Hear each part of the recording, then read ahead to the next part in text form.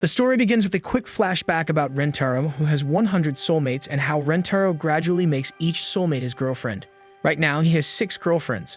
One day, Hyakkano gathers everyone and states that relationships often hit a phase of boredom after 3 months. Fast forward to the present, it's been more than 3 months since this all started dating Rentaro, and now it's a big problem. The other girls start to worry. Hyakkano mentions she's only been on 2 dates with Rentaro so far. Karani panics, thinking Rentaro might get bored of her. The other girls feel the same. To fix this, Hyakkano says she has a plan to fix this problem. Just then, Futsuri comes in and tells them that she has created a reborn self-medicine. She claims it will make Rentaro love them as if it's the first time. While she mixes the formula, there's suddenly a huge blast. Hearing the blast, Rentaro runs to the scene in a panic. He shouts that it's only been a few minutes since the episode started, and they already caused trouble. A shocking twist follows. Everyone's souls have swapped bodies. Rentaro becomes worried as the girls explain what happened. They admit they were trying to experiment with the medicine to make him love them more, but it backfired. Rentaro decides they need to figure out who's in whose body. Hyakkano wakes up in Nama's body, and it's clear she has no idea how to control it. She walks awkwardly toward Rentaro and grabs onto him for balance. Rentaro immediately realizes it's Hyakkano. Meanwhile, Kuzuri, now in Hyakkano's body, is full of energy. She starts bouncing around but suddenly feels an unusual urge to relieve herself. Thinking she's still in her own body and wearing a diaper, she gets ready to go. Nana, who is in Shizuka's body, quickly stops her and drags her to the bathroom. Rentaro figures out Kuzuri is in Hyakkano's body. Next, Rentaro looks for who's in Kusuri's body and sees Hari rolling on the floor, bouncing excitedly. She is happy that she can go wild in her new body. Without needing an explanation, Rentaro knows it's Hari. Meanwhile, Karani, now in Hari's body, is having too much fun. She starts playing with her chest, then yells at Rentaro to stop staring. Rentaro immediately recognizes her as Karani. As for who's in Karani's body, Rentaro notices someone standing quietly with a calm, shy smile. It's Shizuka. Her aura gives her away even though she can't speak. Finally, Rentaro realizes Nano is in Shizuka's body. Now that he's sorted everyone out, Rentaro wonders how to fix this. But the girls are too busy enjoying their new bodies. Suddenly, Hari, still in Kusuri's body, announces that only a miracle, a kiss from the prince, can solve this problem. Hari pulls Rentaro onto her lap and gently pets his head, telling him that good boys like Rentaro deserve treats. Before anyone can stop her, she kisses him. Following this, her soul leaves Kusuri's body, leaving everyone shocked. After that, Nano, who is in Shizuka's body, walks up to Rentaro. She gently asks him to lower his head and tells him not to worry. Without hesitation, Shizuka kisses Rentaro. As soon as she does, Nano's soul leaves Shizuka's body. Next, it's Kusuri's turn. She steps up to Rentaro, standing unusually close. Since she's in Hyakkano's body, she can't help but admire how graceful and curvy it feels. Rentaro quickly stops her and tells her to kiss him already. Kusuri follows his order and kisses him, causing her soul to leave Hyakkano's body. Then Shizuka nervously steps forward, asking Rentaro when her turn will come. Rentaro starts sweating nervously. Shizuka notices and shows concern, but Rentaro reassures her he's fine. He braces himself as she kisses him, which causes Shizuka's soul to leave Karani's body. Rentaro looks around for who is next. Hari, still in Kusuri's body, believes they should end this mess already. Rentaro finds her cute, which annoys her even more. She starts walking away, saying she's going back to class, but Rentaro stops her and asks for one last chance. Hari blushes and lets Rentaro kiss her. Hari's soul leaves Kusuri's body. Finally, it's Hyakkano's turn. Standing in Nama's body, she finds the atmosphere so romantic. With a heartfelt look, she confesses her feelings to Rentaro. Smiling warmly, Rentaro kisses her. With that, Hyakkano's soul leaves Nama's body and everyone returns to their original forms. Once everyone is back to normal, they become relieved. The girls are excited, while Rentaro stands in the middle, breathing heavily. He's amused, thinking about how he just got 6 kisses from 6 different girls in such a short time. Hyakkano asks Rentaro how he feels about today's little experiment. Rentaro admits that it was fun. Hyakkano felt relieved as it wasn't exactly what she planned, but at least they made the day special. Rentaro smiles and says he loves all of them just the way they are. The girls are surprised by his sweet words and suddenly rush toward him, taking turns kissing him again and again. Rentaro realizes that fate won't let him off with just 6 kisses today. The scene shifts to a girl walking alone. Meanwhile, Rentaro is in the cafeteria deciding what to eat. His eyes land on some egg toast and he lights up with excitement. As he reaches for it, his hand bumps into someone else's. He looks up and his eyes meet a strange girl. Suddenly, a soulmate current flows between them and Rentaro gets to know she is his 7th soulmate. When Rentaro notices her uniform and realizes she's a middle schooler, the girl defends herself, saying there's no rule against middle schoolers visiting the high school cafeteria. Rentaro, still processing everything, tells her to go ahead. The girl checks her pockets for money to buy the egg toast but finds nothing. She becomes embarrassed and walks away without buying egg toast. Later, sitting on a bench, the girl feels her stomach growl. She looks upset, with no money to buy food. Suddenly, Rentaro shows up, holding the same egg toast. He offers her half. The girl is annoyed, thinking he's being creepy. Rentaro calmly explains that he changed his mind about eating it and thought of sharing it instead. At first, she refuses, saying she doesn't take food from strangers, but her growling stomach betrays her. After a moment of hesitation, she accepts. Before eating, she clasps her hands together and gives thanks for the food. As she takes a bite, her face lights up with joy. She savors every bite, admitting she heard her friends talk about a movie where someone ate this and wanted to know how it tasted. She apologized for being rude earlier, explaining she was just really hungry. Rentaro reassures her it's no big deal. As she eats, she starts opening up about her struggles. She shares how she always feels tempted to eat whatever she sees or hears about, making life hard for her. To resist, she usually wears a hoodie and headphones to block out tempting sights and sounds. The girl explains right now she removed them because she wanted to fully enjoy the experience. It's her way of respecting the food. When she finishes, she clasps her hands together again to give thanks and gets up to leave. Rentaro quickly calls out, asking for her name. The girl turns with an irritated look and accuses him of flirting with her. As she walks away, she feels her heart is racing. The next day at lunch, the girl walks angrily through the hallway as she hears her classmates talking non-stop about a sandwich. Everyone's excited about it, and it's driving her crazy. The girl suddenly craves one and rushes to the cafeteria to buy it, but it's already sold out. Just then, Rentaro shows up and asks about her craving. Annoyed, she questions why he's in the middle school cafeteria. Rentaro defends there's no rules stopping him from being there and explains he came for the same sandwich, only to find it sold out there too. Noticing similar sandwiches on the shelf, Rentaro suggests trying one of those instead. The girl decides to leave and get the sandwich from a convenience store. Rentaro stops her, reminding her that middle school students aren't allowed to leave campus during recess. He offers to go for her instead. The girl becomes furious and tells him to stay out of her business and leave her alone. Later, the girl is seen coming out of the convenience store empty-handed. The sandwich is sold out there too.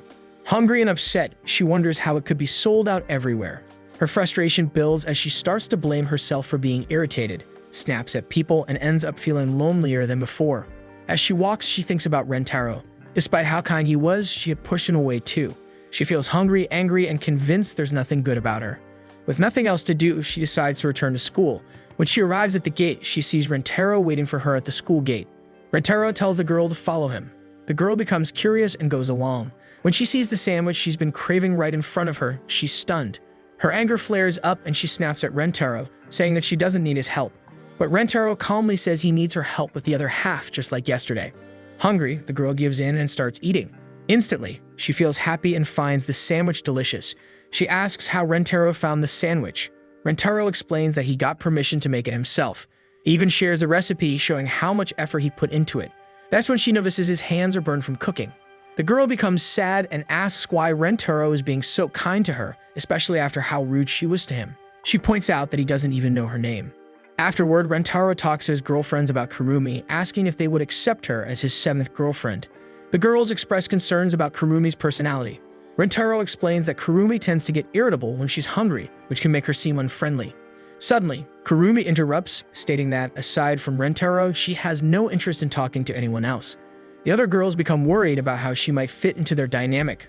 Nano, staying calm and logical, points out that arguing about inefficiency won't help the situation. This sparks doubt among the group, with some wondering if they're really as close as they thought and whether their friendships might change. Nano reassures them by revealing she doesn't spend time with them out of obligation, but because she genuinely loves and values each of them. The girls are touched and express their love and appreciation for Nano. Rentaro then shares exciting news: a food festival is coming up and the prize money is substantial. He suggests they all enter together. However, Kurumi decides that she doesn't meet anyone else and plans to compete alone.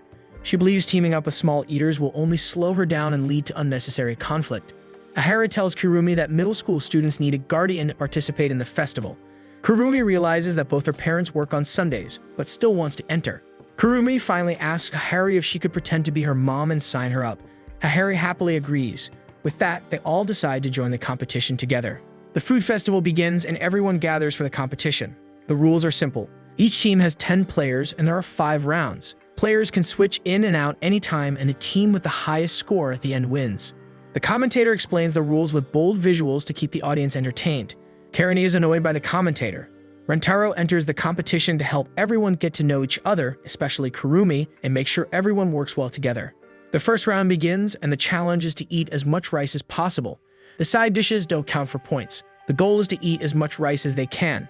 Kajiri encourages everyone to eat, but Hyakkano worries about getting too full after the qualifiers. However, Kurumi confidently says she'll qualify on her own and pushes others aside. This makes everyone mad, and Karani thinks Kurumi is calling them useless. Rentaro steps in to calm things down and hopes Kurumi will work with the team. He decides to take things slow and suggests they all play together. The round starts, and Rentaro and Kurumi begin eating rice.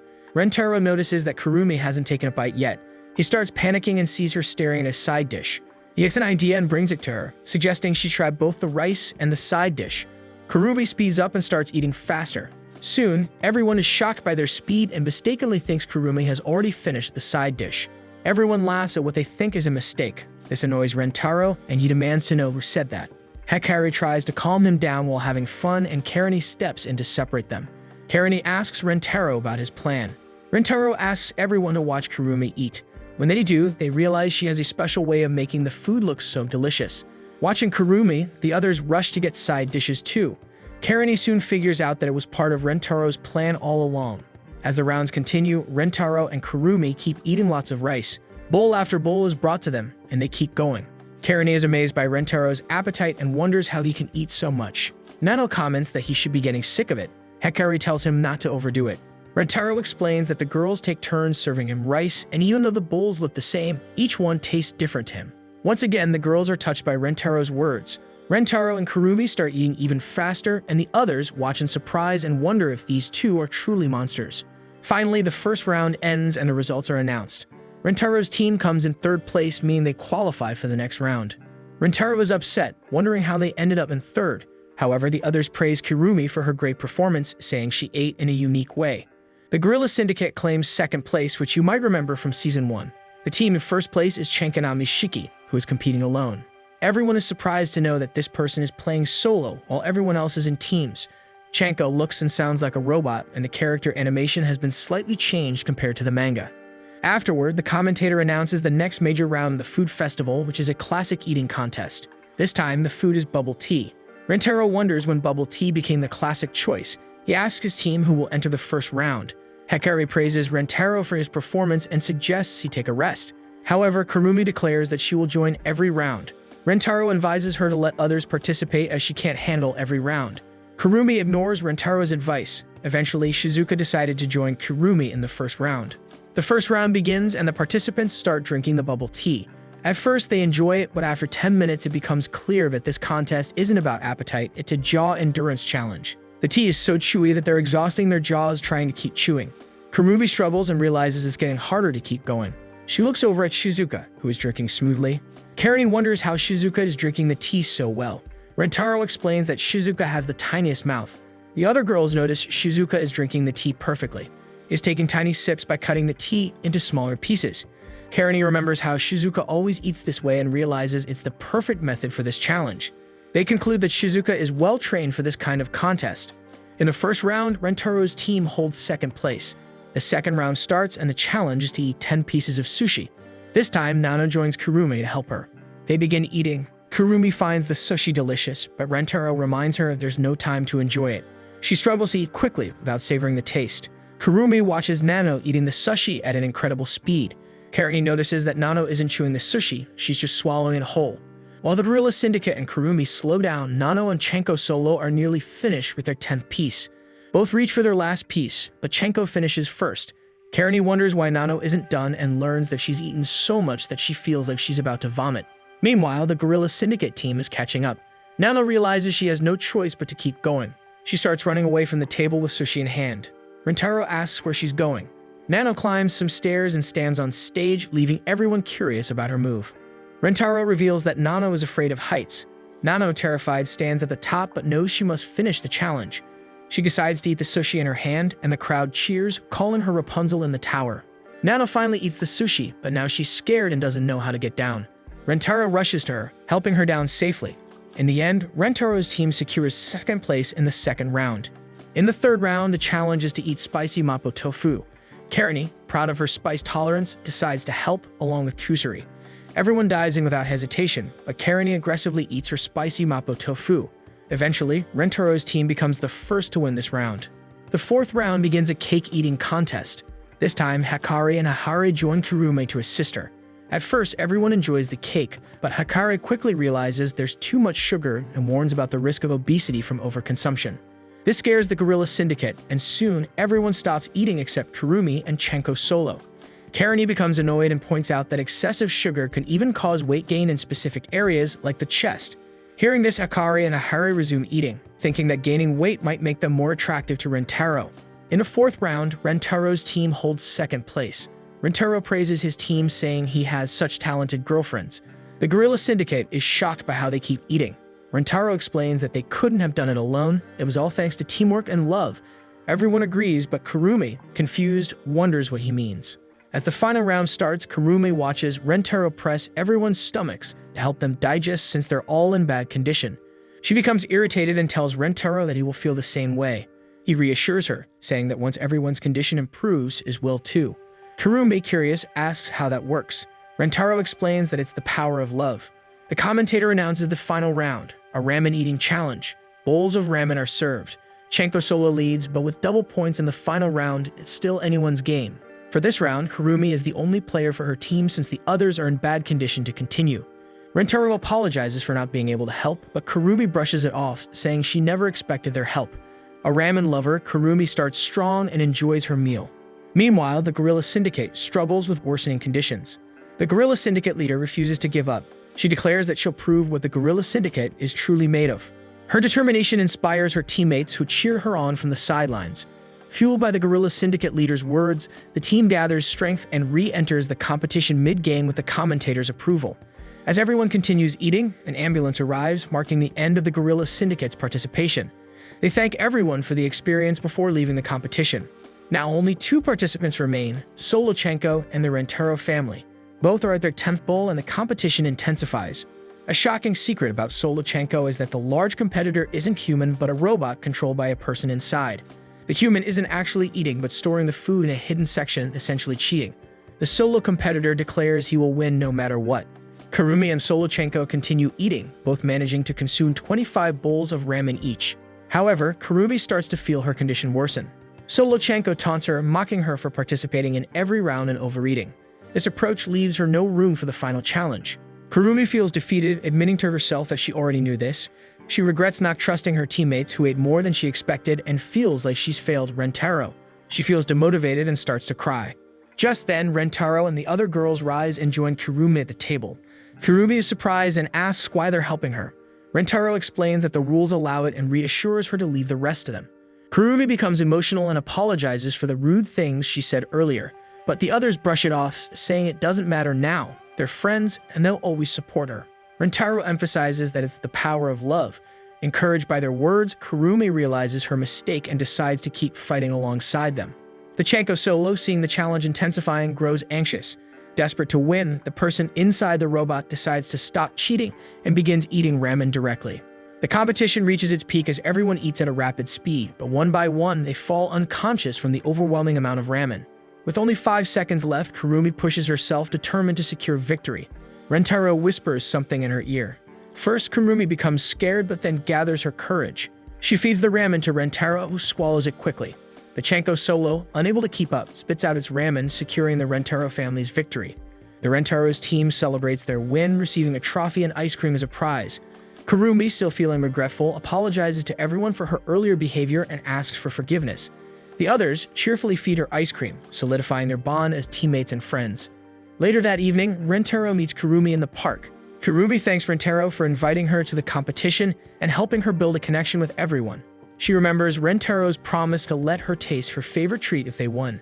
Then she kisses him and teasingly says that's how Rentaro tastes. Hikari has always seen her mother, Hahari, as the epitome of grace and elegance, a woman she's admired since childhood. However, today, her picture-perfect image is shattered as Hahari turns her attention to Hikari's school friends, enthusiastically offering them adorable baby clothes to try on. Hikari finds herself cringing in embarrassment at her mother. Eager to keep Hahari happy, Rentaro decides to play along, attempting to try on the baby clothes himself. But his efforts prove futile, as he is too big. Seeing this, Hahari enthusiastically suggests they try the baby clothes after taking a special babification medicine. To reassure everyone, Kuzuri casually mentions that she has also created a reversal medicine. The girls remain hesitant, refusing to risk their well-being for Hahari's whims. Frustrated by their reluctance, Hahari begins to whine and roll on the ground. Hyakkano, fed up with her mother's behavior, finally snaps. She scolds Hahari for being inconsiderate, pointing out that her antics are embarrassing her as a daughter. Hahari, trying to console her daughter, reassures her that Hyakkano is her most treasured person. She explains that while she plays a motherly role to everyone in their group, Hyakkano will always come first. Unfortunately, Hahari misses the point of Hyakkano's frustration entirely. Sensing the tension in the air, Kusuri decides to intervene and lighten the mood. She notices a cat nearby and, in an effort to grab everyone's attention, begins playing fetch with it. However, instead of using a stick, Kusuri tosses a vial of the babification medicine. The cat runs off and the vial shatters on the ground. To everyone's horror, the shattered vial begins to glow ominously. Rentaro quickly moves to shield Hyakkano, as the medicine releases a mysterious smoke. As the haze clears, Rentaro and Hyakkano are stunned to find that everyone else on the rooftop has been turned into babies. Panicking, Rentaro covers his eyes, declaring that seeing all his girlfriends unclothed even as babies would be improper. He and Hyakkano spring into action, hurriedly dressing the now-infant girls in baby clothes. As they care for the babies, Hyakkano's thoughts begin to wander. She grows flustered as she imagines married life with Rentaro and the possibility of having several children with him. Rentaro, oblivious to her fantasies, is entirely focused on doting over his girlfriends turned babies. Remembering Kusuri's earlier instructions, Rentaro notes that they need to wait an hour before administering the reversal medicine. Attempting to pick up baby Shizuka to play with her, Rentaro is startled when she crawls away, seemingly scared of him. After finally catching her, he gently rocks her and promises not to eat her. Meanwhile, baby Kuruma, hungry and curious, crawls over to Hyakkano. Her eyes fixate on Hyakkano's chest, and without warning, she latches onto Hyakkano. Flustered and alarmed, Hyakkano tries to pry Kurumi away while scolding her for her actions. However, the overwhelming sensation leaves Hyakkano unable to do much more than gasp in mild pain. Though Rentaro wants to help Hyakkano with the chaos unfolding, he notices baby Nano crawling toward the door. Alarmed, he rushes after her to stop her. However, Nano doesn't take kindly to being intercepted. Displeased, she retaliates by poking Rentaro in the eye. Rentaro yelps in pain and clutches his face. Meanwhile, Kusuri attempts to drink the reversal medicine prematurely despite her earlier warnings about the risks of taking it too soon. Rentaro, despite his stinging eye, scoots up Kusuri before she can down the vial, dragging her and Nano back to safety. But just as he manages that, Rentaro notices baby Shizuka crawling toward the door. Rentaro races after Shizuka. Hyakkano faces her own ordeal as baby Karani suddenly begins trying to draw milk from her chest as well. Noticing this, baby Kurumi, who doesn't want to share Hyakkano's attention, starts pushing Karani away. Karani, equally possessive, shoves Kurumi right back, and before long, the two babies are trying to hit each other, leaving Hyakkano stunned at their sudden aggression. Hyakkano attempts to intervene, raising her voice to demand that they stop. Though her stern tone does halt the fight, it causes both babies to burst into tears. Desperate to console them, Hyakkano bounces them gently in her arms, even trying to offer her chest again as a peace offering, but neither baby is calmed. As Hyakkano struggles, Hara climbs onto Hyakkano's back and grabs a fistful of her hair. Hyakkano winces in pain, overwhelmed by having to care for multiple babies at once. She silently prays for this ordeal to end soon. To her surprise, baby Hyakkano momentarily pats Hyakkano's head, offering an oddly tender moment amidst the chaos. However, Kurumi and Karani start thrashing wildly in Hyakkano's arms, forcing her to let them go. Before they can hit the concrete ground, Rentaro dives in, catching both babies just in time. Kurumi and Karani start laughing uncontrollably at their brief fall. Seeing the baby's laughter, Hyakkano breathes a sigh of relief. Rentaro, noticing that his dramatic save amused the babies, comes up with an idea to keep them entertained. He begins repeatedly diving to the ground, face first, exaggerating his movements to elicit more laughter from the babies. Eventually, after laughing themselves out, all the babies fall asleep, leaving the rooftop finally peaceful. While Rentaro feels relief that the chaos has subsided, his face has suffered significant damage from his self-inflicted dives. Hyakkano quickly patches up Rentaro's battered face from his earlier antics. Though his face is bruised, Rentaro busies himself by doting on the babies. While holding her now sleeping mother close, she begins to wonder if Hyakkano had a difficult time raising her as a baby. Hearing her musings, Rentaro reassures her, sharing that he has spoken to Hahari about this before. Despite the challenges she faced, Hyakkano always considered Hyakkano her ray of hope. Because of this, she endured every hardship, determined to give her daughter the best life possible. Hyakkano is touched by this revelation, and a distant memory flashes in her mind. She recalls how, as a child, she constantly craved her mother's attention, longing to be close to her. This nostalgic moment deepens her appreciation for Haru's love and sacrifices. The babies eventually return to their original selves. Haru, however, falls into despair, lamenting that she missed the chance to see everyone else as babies since she had also been turned into one. Some of the girls jokingly remark that Haru's mental age didn't seem to change much, while others admit that Haru has always been a bit of a whiner. Meanwhile, Kurumi and Karani find themselves unable to resist staring at Hikaru's chest. Hikaru takes this moment to apologize to her mother for her earlier harsh words, acknowledging that she had been too critical. In turn, Haru also apologizes, admitting that she should have been more considerate of Hikaru's feelings. Hikaru reassures her mother, expressing her love and respect for her. Shika notes how much brighter and freer her mother seems since meeting Rentaro. Hikaru encourages Haru to continue being her true self, especially within their group, where they all provide a safe and supportive space for one another. Haru's eyes fill with tears, overwhelmed by her daughter's understanding. Their heartfelt moment is interrupted, however, when Kusuri announces she still has one vial of the babification formula left. Haru's mood instantly shifts to excitement as she declares her intent to use the last dose on everyone so she can take care of them all as babies. Hikaru groans, immediately regretting her earlier words of encouragement, but Haru cheerfully dismisses her, prioritizing her dream of seeing everyone as babies once more. One afternoon, the group gathers to share cookies together. Rentaro enjoys the peaceful moment with his girlfriends, while Kurumi, in particular, beams with happiness at receiving the sweet treat. Hikaru teases her, commenting on how Kurumi's eyes sparkle with delight with each bite of her cookie. Embarrassed, Kurumi insists that Nano and Shizuka have prettier eyes than hers. This sparks a wave of compliments among the girls as they begin praising each other's eyes, likening them to gemstones and admiring the unique effects they give off. Rentaro enthusiastically agrees with each comment from the background, proclaiming his love for all their eyes. When Haru chimes in to compliment Mei's eyes, the mood shifts. The group suddenly realizes that none of them have ever actually seen Mei's eyes open. Mei, with her serene smile and perpetually closed eyes, has kept this detail a mystery. Shizuka asks what color Mei's eyes are, and Haru remarks that they are rainbow-colored. Kusuri, unable to resist, asks Mei if she can stop smiling and open her eyes so everyone can finally see them.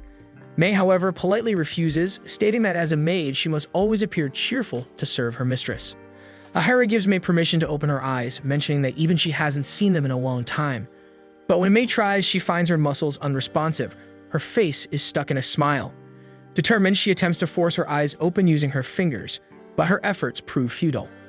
With no other option, Mei excuses herself and announces she will find a scalpel, intending to cut her eyes open. Alarmed, Rentaro and Haru immediately intervene, begging her to stop.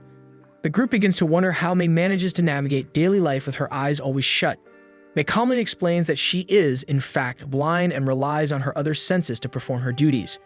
A flower pot suddenly falls from above, and Mei is the first to sense it, catching it just before it hits Rentaro. Rentaro expresses his gratitude and admiration, calling Mei incredible for her sharp awareness. Shizuka, inspired, attempts to scare Mei by raising her arms and shouting, "Boo!" Unfortunately, no one reacts, leaving Shizuka red-faced with embarrassment. Rentaro notices her intent and pretends to be frightened, prompting the others to realize Shizuka's plan to startle Mei into opening her eyes. Kusuri, still curious, pulls out a test tube of melting face medicine. Mei offers to spray it on herself if it would please Haru, but Haru quickly declines, not wanting Mei to harm herself. Next, Nano steps forward with a cutter and reveals its blade, making everyone nervous. Standing beside Mei, she pretends to stab her, eliciting a bow of gratitude from Mei to Haru. The group is momentarily horrified, but Nano reveals the blade was retracted all along. While everyone else breathes a sigh of relief, Shizuka begins to cry, believing Mei is genuinely hurt. Rentaro hugs Shizuka and Nano to console them. Kurumi then offered Mei a sweet bun, hoping that the delight of eating something so delicious would make her eyes snap open. Mei eats the bun after receiving Haru's permission and comments on how delightful it is. Kurumi, disappointed her plan didn't work, laments that she assumed happiness could physically open someone's eyes. Karani points out that such a reaction isn't normal. Rentaro and Hikaru consider happiness as a potential trigger and ask Mei what makes her happy. Mei replies that her happiness stems from seeing Haru happy. Haru adds that her own happiness comes from being surrounded by the family they built together. Hikaru gets an idea and suggests Karani cozy up to Haru, joking that she can't do it herself because of their blood relation.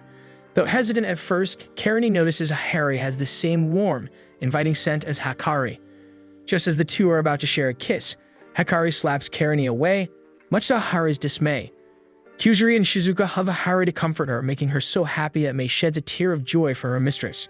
Finally, Rentaro decides to try humor, hoping laughter will open Mei's eyes. He tells a silly brain teaser but admits that he stumbled over the words in the story, making Mei laugh. However, her eyes remain shut. He continues the story, revealing that the one who actually messed up the brain teaser was Hahari, causing Mei to immediately stop smiling and open her eyes, revealing they are rainbow-colored. Realizing her smile is gone, Mei quickly shuts her eyes again. The group marvels at how Rentaro managed it. He explains that Mei's loyalty to Hahari is so strong that she cannot bring herself to laugh at her mistress. Noticing Mei's blush, Hahari teases that Mei might have fallen in love with Rentaro. The other girls agree that Rentaro is charming and encourages Mei to join their family. Though hesitant at first, Mei finally confesses her feelings to Rentaro, hoping he will accept her into the family. After her heartfelt confession to Rentaro, Mei arrives at his place bright and early the next day to fulfill a new role, his personal maid for the day. The idea was Hahari's meant to give Mei and Rentaro more time together. Rentaro, while nervous, sees this as a golden opportunity to understand his new girlfriend better. Wanting to make the most of their time, Rentaro asks Mei what she'd like to do. However, as a devoted maid, Mei instinctively turns the car around, heading straight for Hahari, eager to serve her mistress. Rentaro quickly stops her, reminding her that today is about doing something other than serving Hahari. Mei considers this, but then decides to serve Rentaro instead, turning the car around again to head back to his house. Rentaro realizes that Mei truly doesn't know how to prioritize herself. After much coaxing, they are finally driving away from their respective homes, trying to come up with something Mei genuinely enjoys. Since Mei struggles to decide, Rentaro surprises her by taking her to a cherry blossom park. He guides her through a lively food stall area, hoping the atmosphere will help her relax. To make her focus on the moment instead of serving him, he makes an impossible request, a home-cooked meal prepared within 1 minute, assuming she'll give up and enjoy the stalls with him. To his shock, Mei promptly vanishes and returns exactly 1 minute later, presenting him with a lavish bento filled with homemade dishes. Rentaro is astonished and asks how she managed to make it so quickly.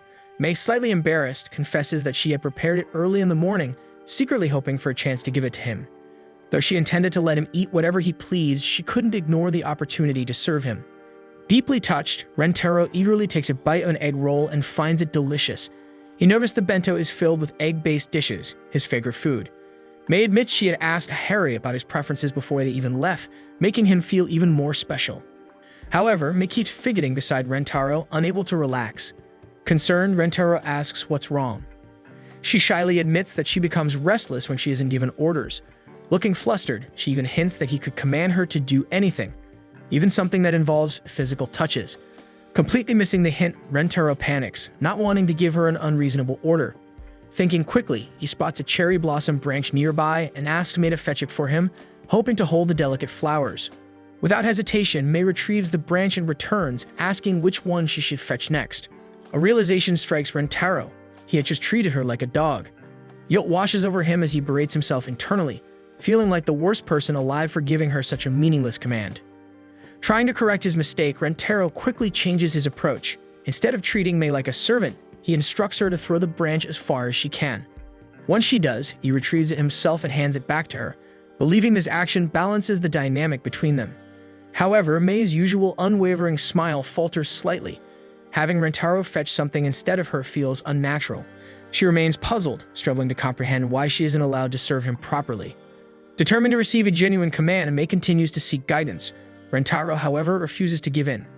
He insists that she should prioritize herself rather than dedicating her entire existence to servitude. Mei, unable to accept this idea, firmly believes that without serving someone, she has no purpose.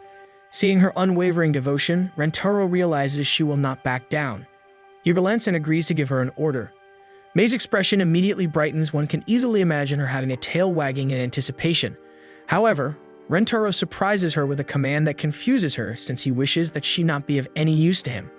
Her once lively demeanor shifts into one of deep uncertainty, as if the very foundation of her existence has been shaken. She follows his order with silent obedience, sitting before him without movement, unsure of how to proceed. As time passes, Rentaro tells her that having her close to him makes him feel at ease, which in turn contradicts the command. Determined to fulfill the request, she stands up and starts moving farther away. Step by step, she distances herself until she ultimately returns to Hahari's estate, convinced she has finally succeeded. Hahari is caught off guard by Mei's sudden arrival. However, just as Mei begins to relax, she is handed a phone with Rentaro on the other end. The moment she hears his voice, her relief shatters. Rentaro confesses that her absence only makes him think about her more, proving once again that she has still been of use to him. The realization sends Mei into despair. No matter what she does, she cannot escape her usefulness to him. Hahari, confused but concerned, instructs Mei to return to Rentaro. Standing once again in the cherry blossom field, Mei solemnly admits her struggles. She believes there is only one true way to fulfill his order, to end her own life. A long silence follows before Rentaro responds with a surprising revelation. He agrees that if she were to disappear, she would no longer be of use to him. But he refuses to accept such an outcome. He tells her that her existence alone brings joy to those around her. A long-buried memory surfaces in Mei's mind. She recalls the moment Hahari found her broken and on the verge of death. Hahari hugged her tight, offering warmth and reassurance that she was not worthless. Now, with Rentaro standing before her, that warmth returns as he confesses that he loves her and believes that her presence alone is a blessing in his life. Overjoyed by Rentaro's confession, Mei practically radiates happiness, her excitement resembling that of a golden retriever eager to serve, while Rentaro tries to explain that their relationship should be one of mutual love and respect. The next day at school, Rentaro officially reintroduces Mei as his newest girlfriend to the rest of his ever-growing family. The other girls are far from surprised, having expected Mei to join them eventually. Hahari, ecstatic over Mei's official inclusion, takes the opportunity to hand out maid costumes to everyone. Karine initially refused to participate. However, the moment Rentaro expresses his desire to see them in the outfits, she immediately changes her mind and wears the outfit. The group emerges in full maid attire, much to Rentaro's delight. Hyakkano, Kuzuri, and Shizuka even go the extra mile by giving him an enthusiastic maid cafe-style welcome. The girls, amused by their own costumes, curiously examine the thigh-length skirts, wondering how real maids manage to keep them spotless while working. Seizing the moment, Hahari suggests a water gun battle, secretly hoping to see everyone drenched in their maid outfits. The rules are simple. The last person to remain dry wins a kiss from Rentaro. The mention of the prize immediately ignites a competitive spirit among the girls, with each of them eager to claim victory. Rentaro, however, protests the idea of only kissing one person, much preferring to kiss everyone regardless of the outcome. His plea is ultimately ignored as excitement for the game takes over. Rentaro dons a butler outfit, much to the delight of his girlfriends. Some of them, mesmerized by his appearance, become even more motivated to win. With a sharp blow of the whistle, the game begins. Karine makes the first move, instantly setting her sights on Mei, whom she perceives as the biggest threat. She fires relentlessly, but Mei effortlessly dodges every shot, retaliating with two of her own. Karine finds herself in a precarious position, unable to move freely without exposing herself further. Kuzuri seizes the opportunity and fires at Karine, effectively eliminating her from the game. As Kuzuri celebrates taking out an opponent, she fails to notice Nano lining up a shot. A moment later, Kuzuri is drenched, much to Hahari's glee at the sight of two soaked girls in maid outfits. Hahari snaps pictures of them, eager to make them her new screensavers. As she does, Kurumi takes aim at her, determined to end her reign of terror. However, Hahari, always one step ahead, tosses a red bean-filled bun toward Kurumi. True to her gluttonous nature, Kurumi abandons her water gun mid-battle. A jet of water hits her squarely, so she ends up drenched on the ground and eliminated. With Kurumi out of the game, Nano sees an opportunity to strike and charges toward Hahari. However, Mei intercepts her with a well-placed shot, forcing a confrontation between them. The two engage in an intense duel. Their reflexes hone as if they had spent years training for this exact moment. Realizing that her chances against Mei are slim, Nano shifts tactics and goes after Shizuka instead. Spotting Nano's advance, Shizuka panics and fires wildly, hoping at least one of her erratic shots will hit the target. As Nano prepares to finish Shizuka off at point-blank range, an unexpected splash of water lands directly on her. The onlookers are left stunned against all odds. One of Shizuka's stray shots had miraculously found its mark. Kurumi approaches Shizuka to congratulate her on her impressive luck, but upon closer inspection, she realizes that Shizuka herself is also dripping wet. Apparently, one of her own shots had somehow landed back at her. Accepting their fate, the two decide to pose for a commemorative photo. With only 3 competitors remaining, Mei quickly assesses the situation. Besides herself, the only ones left standing are Hahari and Hikari. However, Hikari has already maneuvered herself into an advantageous position, behind her mother, water gun ready to fire. Hikari, having cleverly played the waiting game, reveals that she had been lying low the entire match, conserving her energy while letting the others eliminate each other. With her mother as a hostage, she issues an ultimatum. Mei must eliminate herself if she wishes to spare Hahari.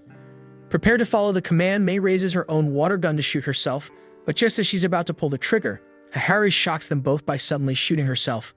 By eliminating herself, she grants May the opening to finish off Hikari.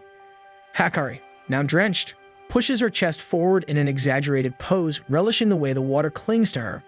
Karane immediately calls her out, accusing her of enjoying the wet look a little too much. Hikari feigns innocence but then teases Karane, pointing out that she had struck a rather suggestive pose herself when she was hit earlier. As the two bicker, May kneels beside Hikari. Hikari orders May to claim her well-earned prize, a kiss from Rentaro. However, upon closer inspection, Rentaro and the girls realize that May has also been disqualified. While embracing Hikari, she had unknowingly absorbed the water from Hikari's soaked clothes, rendering her just as drenched. Not wanting to disappoint any of his girlfriends, Rentaro makes a bold proclamation that everyone is declared a winner. Each of them eagerly lines up to receive their reward, thrilled at the chance to share a kiss with him. May, having received her first kiss from Rentaro, is especially overjoyed. As Rentaro finishes kissing all of them, he too ends up completely soaked from holding them close, much to the satisfaction of both Hikari and Hikari. Later that afternoon, May shares the deeply emotional story of how she first became Hikari's maid with the rest of Rentaro's family. Rentaro listens intently, moved to tears by the story he is hearing for the first time. Hikari explains that when she first found May, she had offered to adopt her as her own child. However, May had refused, insisting that she wished to serve Hikari instead. Suddenly remembering her first love, Hikari admits that she takes great pride in having saved May's life. However, in her usual playful manner, she adds that her real motivation at the time was that she thought May was simply too adorable to let go. Karane groans in frustration, wishing that Hikari had kept that part to herself, but May appears completely delighted to receive such a compliment. Hikari pats Karane on the shoulder, advising her not to waste her energy trying to understand their mother's eccentric ways. As the day winds down, Hikari pulls May into a warm embrace, pressing their chests together in a way that leaves May flustered and red-faced. A great tragedy strikes Rentaro's family. After indulging during a food fight at a festival, most of his girlfriends are horrified to find they have gained a few extra pounds. Kirumi may remain unaffected, but the rest, consumed by panic, immediately dedicate their afternoons to intense girlfriend training in hopes of regaining their ideal figures. With his schedule unexpectedly cleared, Rentaro decides to head home. On his way, he notices a lone girl from the school's girls' baseball team energetically swinging a bat while announcing that her club needs to recruit new members. As he watches, their eyes meet and an inexplicable feeling grips them both. The girl quickly regains composure and hastily invites him to join the team, but Rentaro awkwardly corrects her, stating that he is male. The girl introduces herself as Iku. When asked about the state of her team, Iku admits that she is the only remaining member. Just a month ago, they had a full roster, and they were all eager to make it to the Nationals. Their ambition caused the other members to transfer to America, leaving her behind. Determined to keep the club up and running, she has resorted to showcasing baseball's coolness by swinging her bat tirelessly in hopes of attracting new players. Each motion is practiced, powerful, and rhythmic, yet Rentaro notices a peculiar detail. Her body trembles slightly with every swing. Despite this, her expression remains euphoric, as if the strain and pain fuel her resolve rather than hinder it. Eventually, the pain gets to her. Her legs buckle, and she drops to her knees, breathless but oddly satisfied. Concerned, Rentaro approaches, but her dazed smile unsettles him. The exhaustion should be overwhelming, yet she appears almost thrilled by it. A creeping realization that she may be a masochist settles in. Feeling the sudden urge to make sure she is alright, Rentaro offers his aid so she won't push herself, but he gets shocked when Iku requests that he pummels her in the stomach while she swings. They decide to do something less intense by playing baseball instead.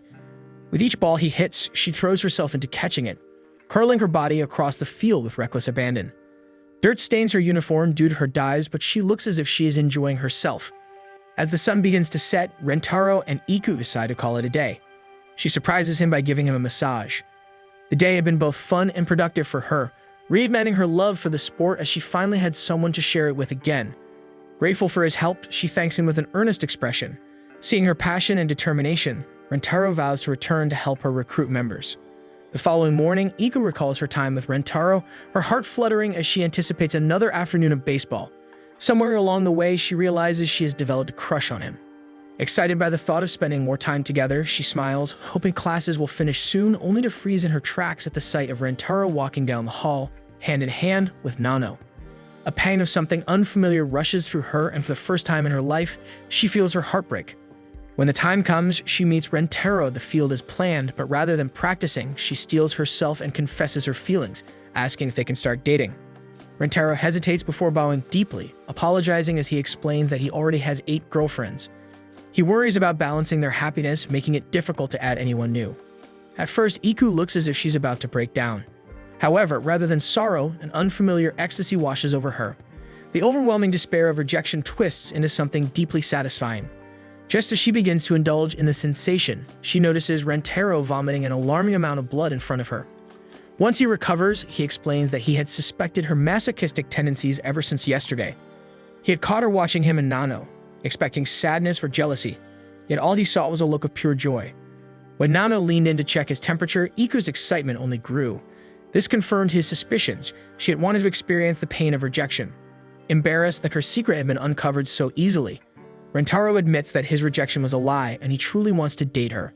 He finds her determination inspiring and he wants to support her happiness no matter the hardship. The realization makes Iku's heart race. Had she just found someone as masochistic as her? With a grin, she eagerly agrees to become his 9th girlfriend, excited to experience the chaotic love shared within his unusual relationship. The next day, Rentaro introduces Iku to the rest of his girlfriends who groan at the news, still adjusting to Mei's recent addition.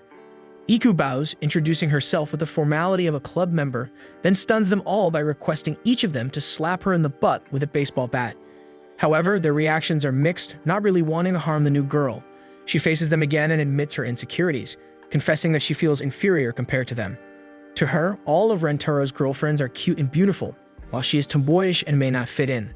Rentaro reassures her that her tomboyish charm is something to be proud of.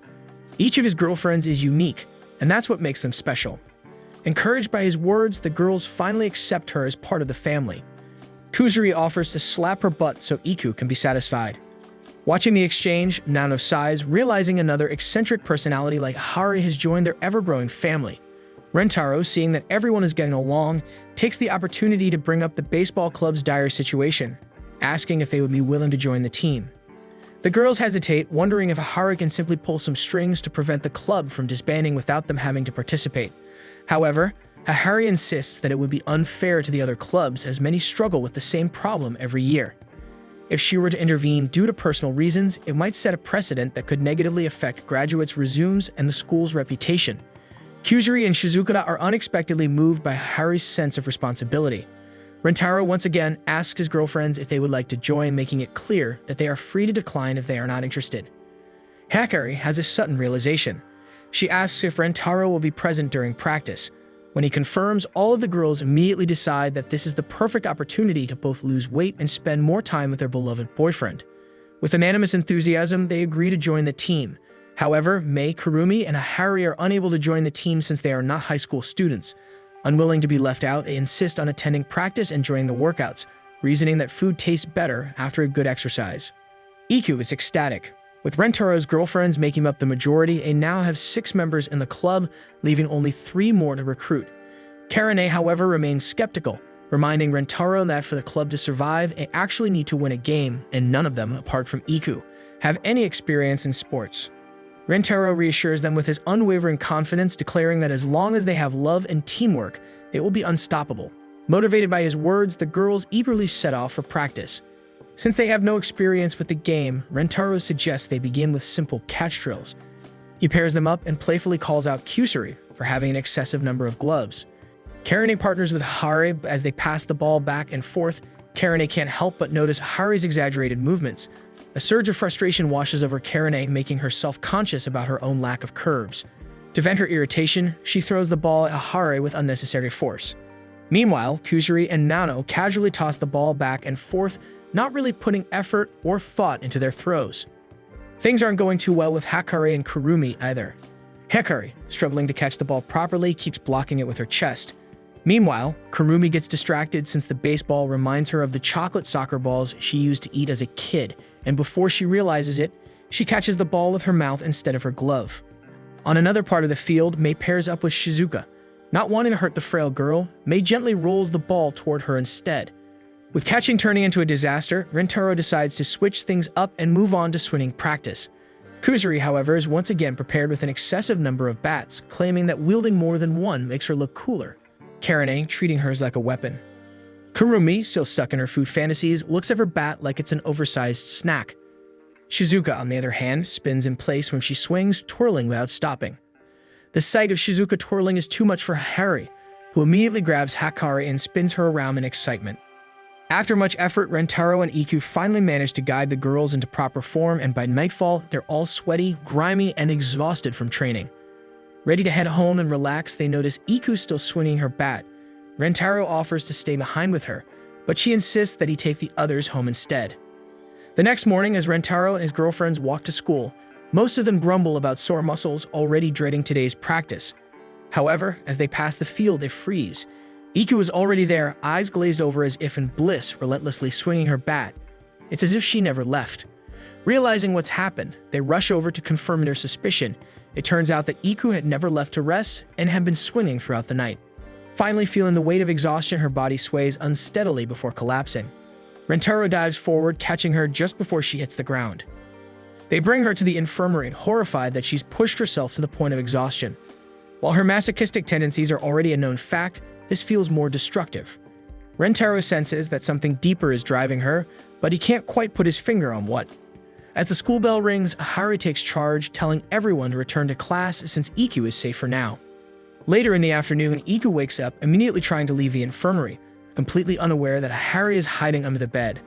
At the same time, Rentaro walks in, equally surprised to find Iku already up. He tries to convince her to rest, but Iku refuses, insisting that she needs to practice if they have any chance of winning. As Rentaro listens, he suddenly realizes the real issue. Iku never intended for her teammates to contribute. She has been planning to carry the entire match by herself, only needing others to fill the roster. When she tries to insist on practicing, Rentaro reminds her that class is still in session, meaning she isn't even allowed to practice yet. He then admits that he has been sneaking out every 5 minutes under the excuse of bathroom breaks just to check on her. To make his excuse believable, he drinks a liter of water every time, ensuring his bladder backs up his claim. Still, he knows that later in the evening, Iku will insist on staying behind again.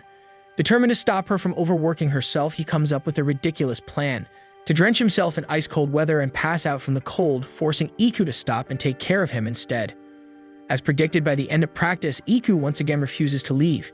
Just as Rentaro begins removing his layers to start his plan, the other girls approach Iku, telling her they will stay and continue practicing alongside her. Hari confesses to spying on her earlier and reveals that everyone feels guilty for letting Iku shoulder the burden alone. They promise to train seriously and improve rather than relying on her to win the game single-handedly. Rentaro is deeply moved by their unity, but before he can say anything, the girls finally notice that he is half undressed. When questioned, he tells them to ignore it. Instead, he suggests they all do a group cheer to boost their spirits and reaffirm their commitment to improving together. After 2 weeks of intense training, Rentaro and his girlfriends are pumped up for the baseball match. They've worked hard, and while not all of them are at Iku's level, they are ready to give it their all. Rentaro had even managed to enlist the help of the KK sisters from school to complete their lineup. However, just as the game is about to begin, Rentaro receives a message. All 3 of the KK sisters have fallen sick and won't be able to make it. Meanwhile, the opposing team, Jurassic University, gathers for a pre-match pep talk from their coach. She reminds them to take the match seriously, even though it's technically just a practice game. To further motivate them, she promises a barbecue feast if they win. The mere mention of food ignites a fire in the Jurassic team, and they march onto the field with renewed energy. With his team now short on players, Rentaro nervously approaches the Jurassic team's coach, requesting permission to allow Hari, Kurumi, and Mei to fill in for the missing players. After some consideration, the coach agrees, much to the relief of Rentaro and his team. As the match begins, Jurassic University starts on offense while Rentaro's team plays defense. Iku takes her position as the pitcher and with sharp throws, strikes out the first batter. The Jurassic team immediately grows uneasy. After all, their precious barbecue is at stake. However, as they prepare their next batter, some of the Jurassic players begin to recognize Iku. They remember her from middle school. More importantly, they remember an incident, one that might just be their key to securing victory. Their confidence surges as they focus on the game once more. After 3 outs, it's finally Rentaro's team's turn to play offense. Karane steps up to bat first, brimming with confidence. She swings at the first pitch and makes contact, but the sheer force of the throw destroys her bat upon impact, and the ball lands straight into the umpire's waiting glove. Karane stares at her hands in disbelief. The power behind that pitch is unreal. The umpire named Rappo grins and boasts about their team's ace pitcher, Sorko, Together, they call themselves the Double Dynam Destiny Duo, a name that irritates Karane to no end. Unfortunately, Karane is unable to score, leaving Iku as the next batter. To Rentaro and his team's surprise, Iku is unable to score, not even attempting to swing her bat. The usual determination in her eyes is missing. Meanwhile, Rapko watches with amusement. She knows exactly why Iku is hesitating. However, a sudden flicker of determination ignites in Iku's eyes and she positions herself to swing the upcoming pitch. Sensing an opportunity, Rappo signals to Sorko, silently instructing her to give this next pitch her full strength. The ball comes flying toward Iku at an incredible speed. At the last second, she forces herself to swing, but the impact is brutal. Her wrist twists painfully as the bat makes contact, causing her to drop it with a wince. A satisfied smirk spreads across Rappo's face. Rentaro immediately rushes to Iku's side. After a quick assessment, the team decides that she has to switch positions. With Iku unable to pitch, Nano steps up to take her place. Iku is now on the right field, while Shizuka has been moved to defend second base. The change in formation allows Jurassic University to dominate the field, with their offense overwhelming Rentaro's team. Even when Rentaro's team gets a turn to bat, they fail to score against Sorko's devastating Tyranno Cannon pitch. The growing gap on the scoreboard weighs heavily on them, frustration settling in as they struggle to keep up. Iku blames herself for getting injured, convinced that her condition is the reason for their setbacks.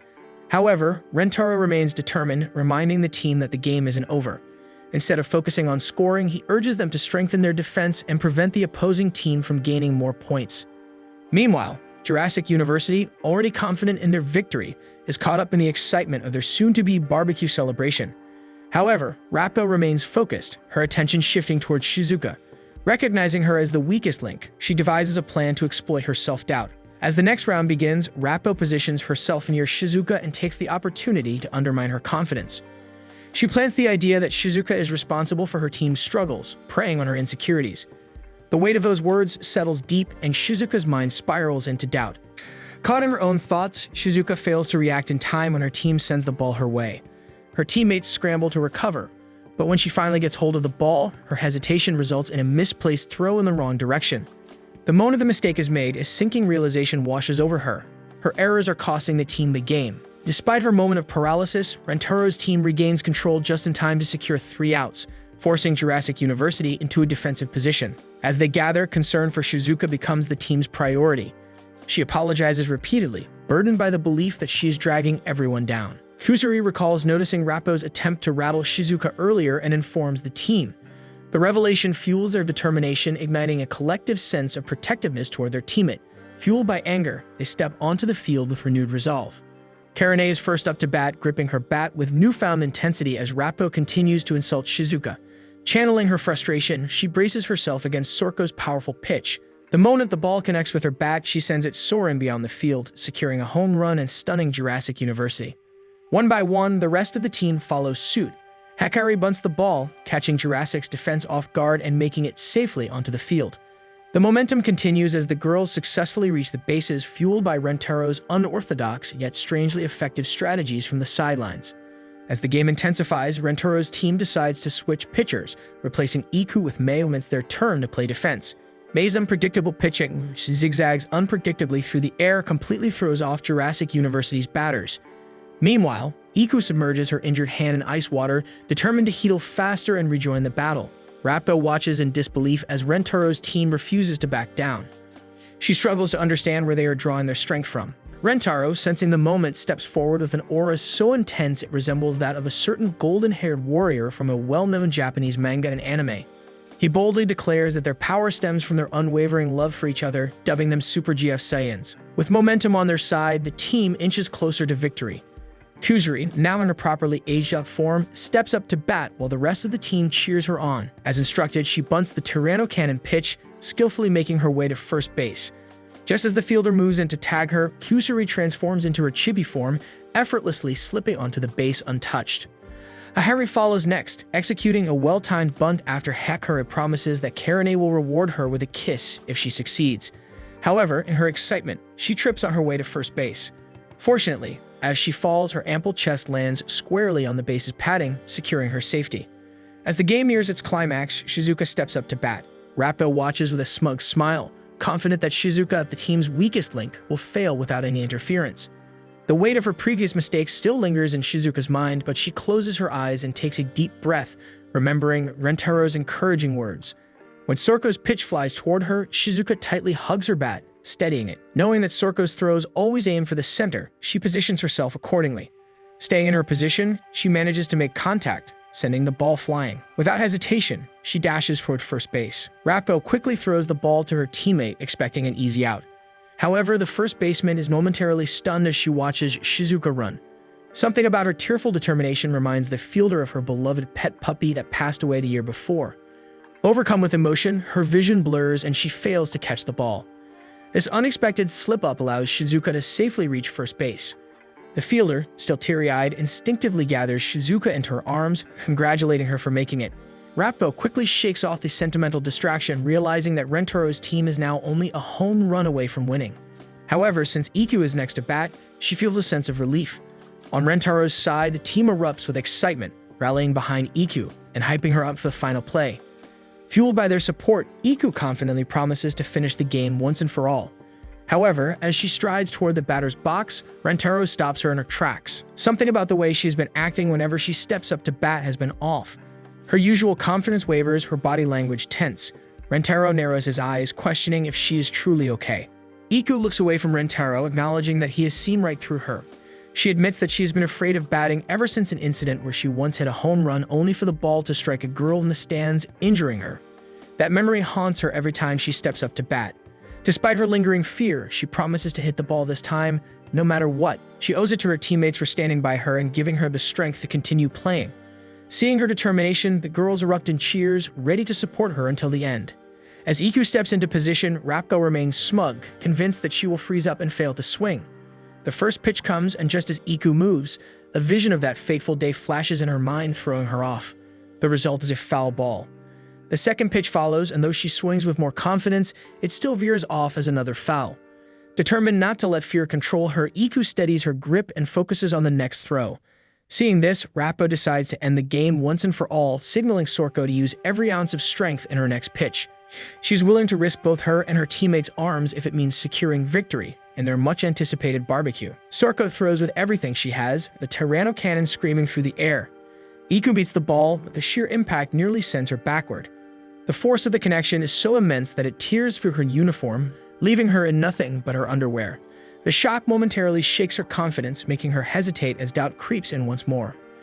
Just as fear threatens to consume her, she hears Rentero's voice cutting through the noise, promising to catch the ball no matter what. His unwavering support gives her the push she needs. Choosing to believe in him, Iku swings with all her strength, sending the ball flying high into the sky. It soars past the outfield, clearing the fence, an undeniable home run. Rentero, standing at the edge of the field, braces himself and catches the ball at full force. The impact tears through his clothing as well, leaving him in just his undergarments. Their team has won. The girls for Iku's team erupt into cheers, happy to have won. Iku sprints toward Rentaro, who desperately tries to avert his eyes from her lack of clothing. Unfazed, she boldly kisses him, openly declaring her love in front of everyone. Later, they gather at a Hyakkano restaurant to celebrate their hard-earned victory.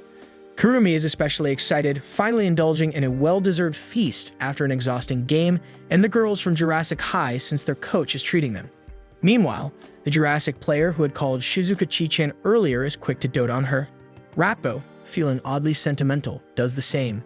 With a rare day off from school, Rentaro and his many girlfriends decide to spend the day together, enjoying a much-needed break. Unbeknownst to them, a strikingly beautiful blonde girl who effortlessly turns heads as she walks through town casually passes by them. However, their attention is solely on each other and their plans for the day. They stop at a karaoke bar where they eagerly book a private room to sing their hearts out. The moment the music starts, Karane wastes no time in grabbing the mic. Her powerful voice resonates through the room, her song choice emphasizing her fiery personality. Hikari follows with a much softer and more romantic song, her gentle voice drawing admiration from the others. As the singing continues, Iku surprises everyone with her incredible vocal ability, proving that her talent isn't limited to baseball. Not to be outdone, Haharu decides to turn up the heat with a sultry and mature song, proving that an adult's charm is something that the younger girls can't easily match. Kurumi, not wanting to miss out, sings an energetic song that sounds suspiciously like an anime opening, her enthusiasm contagious. Kuzuri, always playful, chooses an admirable tune that sounds like it belongs in a commercial or another anime. her voice full of cuteness. Nano takes the stage next, but her performance is less of a song and more of a recitation. Mei, on the other hand, seals the spotlight by performing a cute outfit, her idol-like charm making the performance feel like a professional concert. Despite the lively atmosphere, one person hesitates, Shizuka. While the others eagerly take their turns, she holds back, unsure of what to sing. Eventually, she excuses herself to refill her drink, quietly singing to herself. Rentaro, who happens to be nearby, overhears her soft singing and reacts enthusiastically. Caught off guard, Shizuka admits that she actually enjoys singing but has never done so in front of others, fearing that something bad might happen if she does. Seeing the genuine worry in her body language, Rentaro reassures her that she doesn't have to force herself, but if she ever decides to sing, everyone would be thrilled to hear her. Shizuka feels a tug at her heart. She realizes she's never truly considered if she wanted to sing, only focusing on the fear of performing. But looking around at her family, she wonders if, just this once, she can push her fears aside and sing for them. Unbeknownst to the others, Kujiri had secretly planted an experimental cuteness-boosting medicine that has been slowly evaporating in the air. She hopes to enhance everyone's perception of cuteness just before her turn, ensuring she receives endless praise.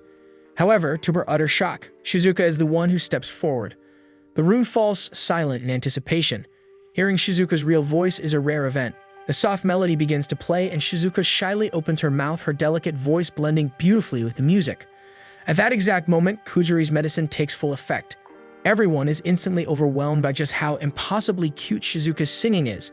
The sheer level of adorableness sends shockwaves through the room, leaving the group in utter awe and making most of them crash into the wall, effectively knocking them out. Kurumi, unable to resist any longer, blurts out that she has been wanting to pet Shizuka for the longest time despite Shizuka being older than her. But just as she's about to reach her, an unknown force suddenly sends Kurumi flying across the room, crashing into the back wall. Kujiri suggests using an ear-disintegrating drug to block out Shizuka's singing and break free from the cuteness overload. Hyakkano immediately refuses, unwilling to let her ears melt, and insists on finding a reversible drug instead. At the mention of a cure, Kujiri suddenly remembers that their current state is due to the cuteness-enhancing drug she released into the air. She quickly pulls out the antidote, but the overwhelming energy radiating from Shizuka causes it to slip from her hands, shattering near Kurumi. Hyakkano laments that she and Karane are the only ones still standing against Shizuka's overwhelming adorableness. Desperate, she uses Karane as a shield and somehow gets her to admit she wants Rentaro's babies. Seizing the opportunity, Hyakkano tries to announce it to everyone, causing Karane to panic. Embarrassed and flustered, Karane loses focus and is immediately blasted across the room, crashing into the wall. Now the only one left, Hyakkano pushes forward, determined to pry the microphone from Shizuka's hands. However, as the song repeats another chorus, the sheer force of its cuteness proves too much. The wave of energy sends her flying into the pile of unconscious girls.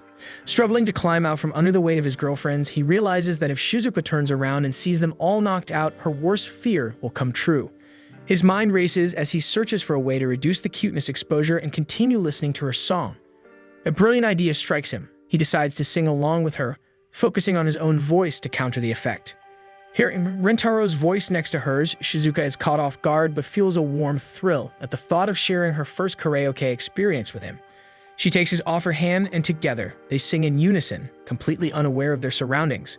The other girls, now conscious again, watch in awe, mesmerized by the moment, and their collective emotions cause a massive hole to form in the wall. The girls begin falling through the hole. A nearby bystander excitedly reaches out, hoping to catch them, but before he can, Rentaro launches forward at incredible speed, skillfully landing on a nearby rooftop. On another day off, Rentaro visits a shopping mall and deems it a perfect date spot for his girlfriends. As he scrolls through the group chat to make plans, a stunning blonde girl catches his attention. She grumbles about how she is far more beautiful than the mall's centerpiece, unaware that Rentaro is standing next to her. Their eyes suddenly meet and an unexplainable feeling wells up inside them as if they've just encountered their soulmate. Recovering first, the blonde girl confidently grabs Rentaro's hand, declaring that she will grant him the privilege of becoming her lover. Rentaro recoils in embarrassment, trying to explain that he already has girlfriends, but the blonde girl doesn't give him a moment to respond. She confidently introduces herself as Mimimi, a second-year student at his school. Ignoring his flustered reaction, she declares that it's unfortunate she can't date someone as beautiful as herself, but since Rentaro has potential, she will take it upon herself to refine his appearance. Without waiting for his input, she drags him into a high-end boutique, determined to make him match her level of beauty. Rentaro finds himself transformed, dressed in an all-white suit with a platinum blonde wig and striking red contact lenses to complete the look. As he stares at his reflection, he can't help but think of Nano, who sports similar hair and eyes.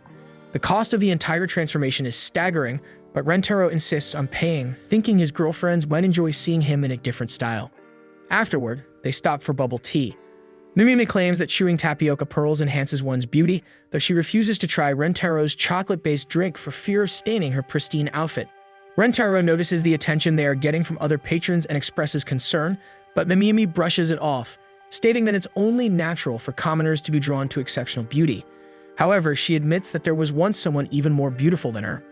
For a brief moment, an image of Nano flashes through Rentaro's mind, but he dismisses the thought. Nearby, a couple glares at them from across the cafe.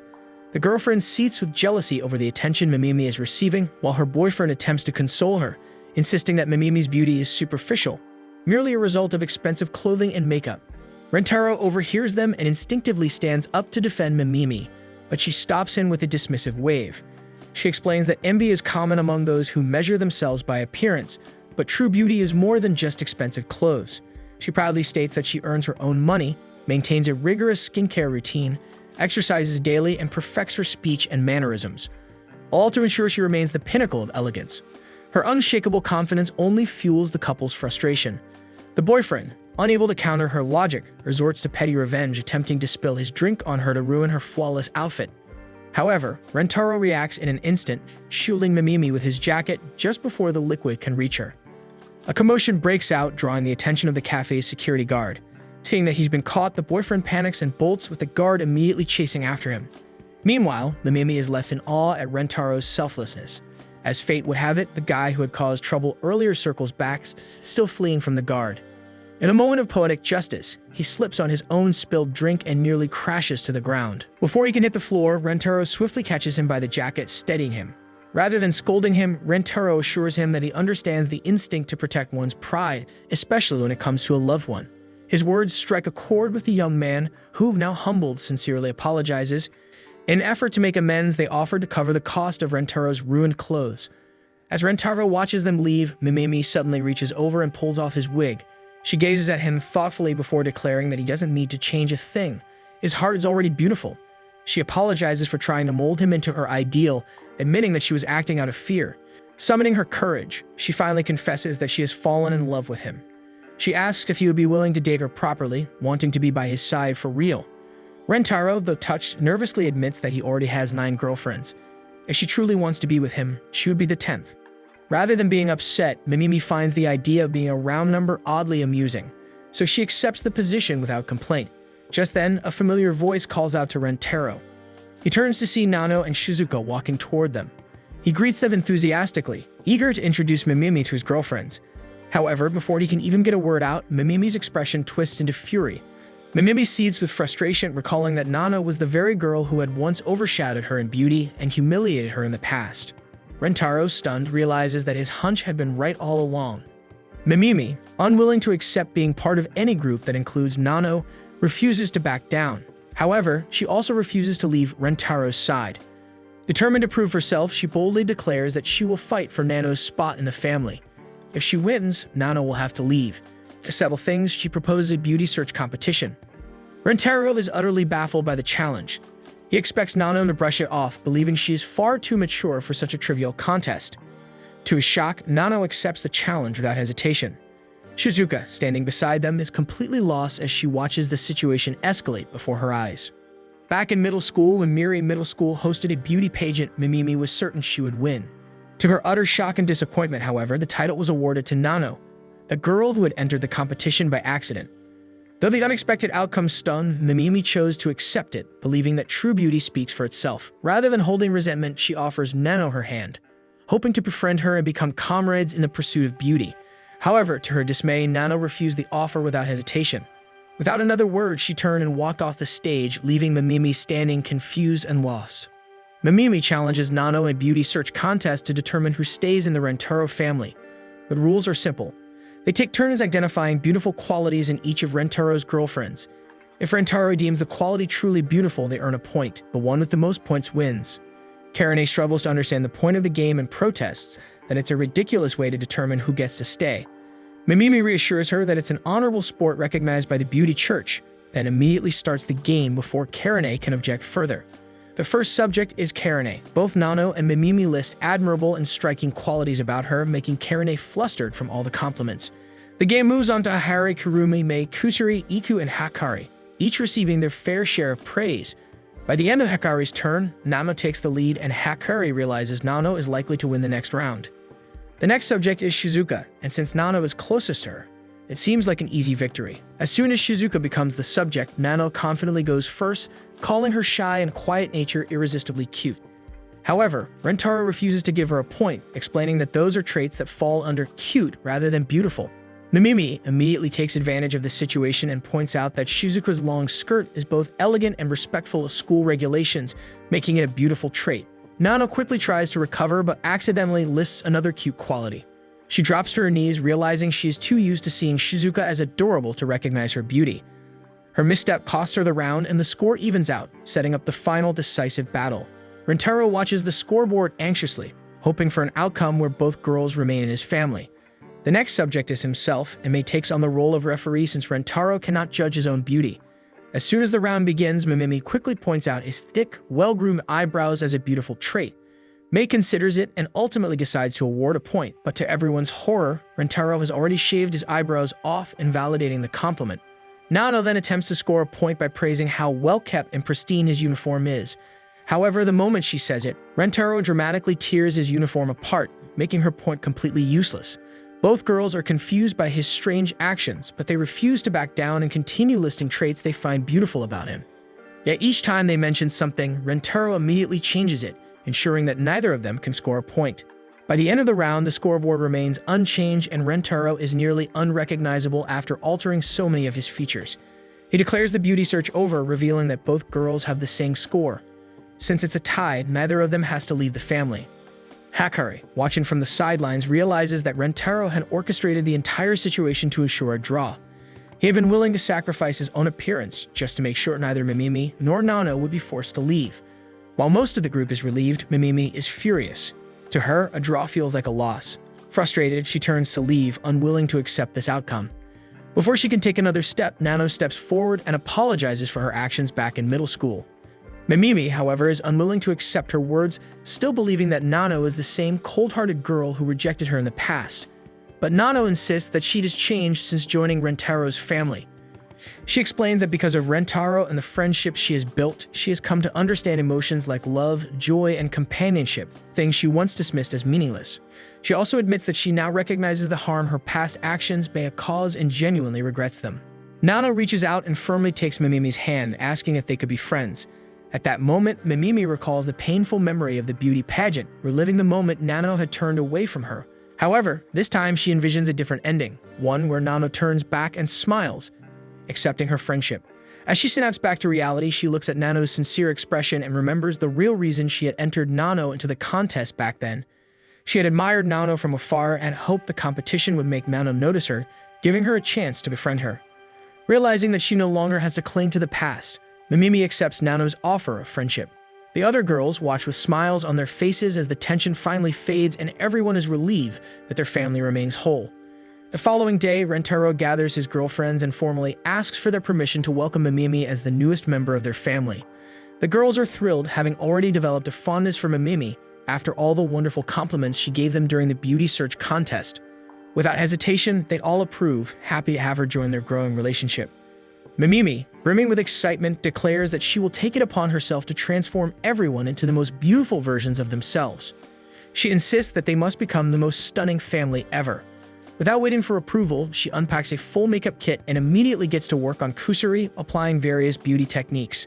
The results leave everyone astonished as Kusuri admires her face in the mirror. To complete the look, Mimimi instructs Kusuri to try staring longingly into the distance. Kusuri attempts to follow but struggles to maintain the expression, contorting her face into something more comical than elegant. While observing the scene, Mimimi takes a moment to study Rentaro's girlfriends. She quickly realizes that they are all already at an unnaturally high level of beauty. Just then, Rentaro enters the room, greeting everyone warmly. Kusuri immediately leaps up to hug him, beaming after he compliments her new look, even kissing him full on the lips. Mimimi is in awe when she learns that the girls freely shower Rentaro with affection, openly expressing their love without hesitation. Suddenly, she recalls hearing a rumor that kissing one's lover releases beauty hormones, enhancing one's natural charm. A realization dawns on her. Perhaps this is the secret to their beauty, constant affection. Without hesitation, Mimimi confidently declares that from now on, everyone must kiss Rentaro frequently in order to maintain their peak beauty. Rentaro is taken aback by the sudden declaration, unsure of how to respond. However, his girlfriends react with overwhelming excitement, thrilled at the prospect of kissing him more while simultaneously enhancing their beauty. To convince him further, Hahari and Hikari put on dramatic, tearful expressions, claiming they don't want to burden him with such a request, but would be heartbroken if he refused. Their act works flawlessly. Rentaro, unable to resist their emotional plea, reluctantly agrees to the plan. Kusuri, seizing the opportunity, eagerly announces that she has developed a new lip balm infused with a special drug that will accelerate the production of beauty hormones. Without hesitation, Nano takes the lip balm, applies it to her lips, and leans in for a kiss with Rentaro. The moment their lips meet, an intense warmth spreads through Nano's entire body. The sensation is overwhelming, more powerful than anything she's ever felt before. Unable to handle the rush of pleasure, she suddenly breaks the kiss, her knees buckling beneath her. Shizuka is shocked. Seeing the normally composed Nano completely undone by a single kiss is unprecedented. The effect isn't one-sided. Rentaro himself struggles to steady his breathing, completely overwhelmed by the breathtaking kiss. Seeing how effective her drug is, Kusuri excitedly leaps in for a kiss, already having applied the lip balm. However, as soon as her lips meet Rentaro's, the overwhelming pleasure sends shockwaves through her body, making her feel like she's about to pee herself. Completely intoxicated by the sensation, she loses control, and to everyone's horror, she actually does wet herself. Kusuri, now fully aware of what just happened, freezes in place, apologizing to the anime's audience for having to relieve herself. Kurumi quickly shifts focus, helping Mei apply the lip balm so she can have her turn. As soon as Mei kisses Rentaro, a powerful jolt of pleasure surges through her body, causing her to instinctively sit in obedience. Wanting to get in on the fun, Hahari eagerly gives Rentaro a quick kiss. However, the moment the drug takes effect, an excited shiver runs through her body. Unable to contain herself, she suddenly strips down to nothing but her black lace underwear. Hikari and Karane, already anticipating this reaction, immediately tackle her, yanking her pants back up and dragging her away from Rentaro. Meanwhile, Iku shyly steps forward and requests a kiss. As soon as their lips touch, the rush of pleasure overwhelms her senses. But unlike the other girls who buckle their knees, Iku struggles to remain standing. Her legs tremble uncontrollably, to the point where Mei has to intervene so she won't injure herself. Karane, ever the tsundere, loudly insists she has no interest in participating. However, Rentaro and the girls quickly notice that she has already applied the lip balm, clearly preparing for her turn. Without hesitation, Rentaro swoops in for a kiss. The moment their lips meet, Karane is overcome with emotion. She instinctively hugs him tighter, so tight that a loud crack can be heard, signaling that Rentaro's spine has been damaged. He collapses to the ground the moment Karane lets go, horrified that she might have seriously injured him. As he stares out dazed due to his back and the drug, Kurumi steps forward to take her turn. She eagerly presses her lips to Rentaro's, passionately kissing him despite being the youngest. However, they pull away once they notice Shizuka witnessing their intense kiss. Determined to keep things fair, Rentaro turns to Shizuka and gently kisses her. The lip balm's effect kicks in instantly. Shizuka, who is normally reserved, suddenly feels so lightheaded that her entire body begins floating off the ground. The girls watch in shock as she drifts upward like a balloon. Luckily, Nano, having already recovered from her own kiss, quickly catches her before she can ascend into an unknown location. Hikari is next, and she throws herself into the kiss with everything she has. However, the intensity is too much for her heart to handle. Her mind goes into overdrive, and in a dramatic burst, she gets a rocket-powered nosebleed that launches her a short distance away. Dazed, she barely registers Karane checking on her, mistaking her for Rentaro instead. Without thinking, she lifts her head and goes in for another kiss. Hahari shrieks in delight and begins snapping photos at lightning speed. Finally, it's Mimimi's turn. Without hesitation, she steps forward and confidently presses her lips against Rentaro's. For her, this is a monumental moment. It's her first kiss. The sensation washes over her, and she can physically feel herself becoming more beautiful, as if her body is actively responding to the release of beauty hormones. Confident that this is the trick to unlimited beauty, she instructs the girls to kiss Rentaro even more. By the end of the kissing session, the girls look like they come from a different anime, and Rentaro is even an artistic statue. In a remote laboratory hidden deep within the Arctic tundra, a team of scientists gathers around a series of monitors, their faces filled with growing concern. The data displayed before them reveals an alarming trend. Solar activity is plummeting at an unprecedented rate. One scientist references a peculiar anomaly in this anime, pointing out how cherry blossoms bloom far later in the year than usual, If this decline continues, Earth could soon find itself plunging into another ice age. Meanwhile, Rentaro reads the ominous headlines about the scientists' discoveries and starts to worry about the future. Later that day, during their usual gathering on the school rooftop, Rentaro's girlfriends immediately pick up on his distress. Kusuri jumps to conclusions, assuming his unease stems from the drastic decision he made during the beauty search contest, shaving his head and eyebrows. Seizing the opportunity, Kusuri offers to fix his predicament with a hair-regrowing drug she recently developed. Harry suggests that everyone join in an experiment with new hairstyles, given that Kusuri can easily make a drug for their hair to grow back. May, eager to put her maid training to use, volunteers as the designated hairstylist. She starts with Mimimi, who watches nervously as May works with her eyes completely shut. One by one, the girls receive their transformations, their appearances refreshed and stunning. Rentaro can't help but marvel at how breathtaking each of them looks. Hahari, though satisfied with her new look, becomes curious about how she appears with longer hair. Impulsively, she grabs the test tube containing Kusuri's hair growth formula and gulps down the entire contents in one go. Kusuri's eyes widen in horror, realizing too late that not only did Hahari consume far too much, but she also drank an experimental batch that hadn't been properly tested. The effects are immediate. Within moments, the long strands take on a life of their own, forming a massive cocoon around her. Meg rushes forward to free Hari, only for the hair to retaliate, lashing out with whip-like tendrils. Rentaro, acting on instinct, grabs May and pulls her away just in time. However, in his haste, he missteps and twists his ankle, grimacing in pain. The sentient hair launches another attack, forcing the entire group to retreat inside the school building. Kusuri quickly explains that the hair-enhancing formula Harry had taken had not only amplified Harry's hair growth, but had also overridden her cognitive functions. With no logical thoughts to guide it, the hair had instead begun responding to Hahari's deepest, most primal urges. Hyakkano, familiar with her mother's interests, immediately deduces the horrifying truth. If Hahari's subconscious desires were fueling the hair's actions, then the hair would probably want to do tentacle porn with them. But as they frantically debate their next course of action, disaster strikes. Kurumi, with her sharp instincts, is the first to react, alerting the others before leaping into action. However, she is ultimately caught. At first, the hair's grip seems almost gentle, caressing her as though it were merely petting her in an innocent display of affection. The innocence is short-lived. The tendrils grow bolder, their touches becoming far too suggestive. The other girls and Rentaro don't hesitate to run away, not wanting the same fate. Their reckless running attracts the attention of the school's principal, who storms toward them with an enraged expression, ready to reprimand them for their behavior. Before she can reach them, a monstrous tangle of hair bursts through a nearby classroom door. Kusuri, feeling responsible for this catastrophe, makes a split-second decision. Deliberately allowing herself to be caught, she hopes to buy the others some time to flee. The tentacles waste no time wrapping around her, squeezing and caressing her body. Though trapped, Kusuri manages to shout at the others to run. As they turn to flee, more tentacles lash out from another direction, ensnaring Hyakkano. Karane immediately grabs hold of her, trying to pull her free, but Hyakkano cries out in pain, begging Karane to let go before she dislocates her arm. Karane is forced to release her grip, and the tentacles waste no time plunging into Hyakkano, exploring her body as she struggles. Rentaro and the rest of the group push forward, unwilling to share the same fate. Upon reaching the school yard, they are met with a horrifying sight. Harry's hair has spread far beyond the school, trapping students left and right. Rentaro and the girls sprint toward Harry's car, hoping to escape before they, too, are ensnared. However, the car refuses to move. The car's rear wheels are completely entangled in Harry's hair. Acting fast, Iku and Karane leap out and push against the car, trying to break it free. With great effort, they finally manage to loosen the grip of the tentacles, allowing the vehicle to rush forward. However, Karane refuses to let Iku fall with her.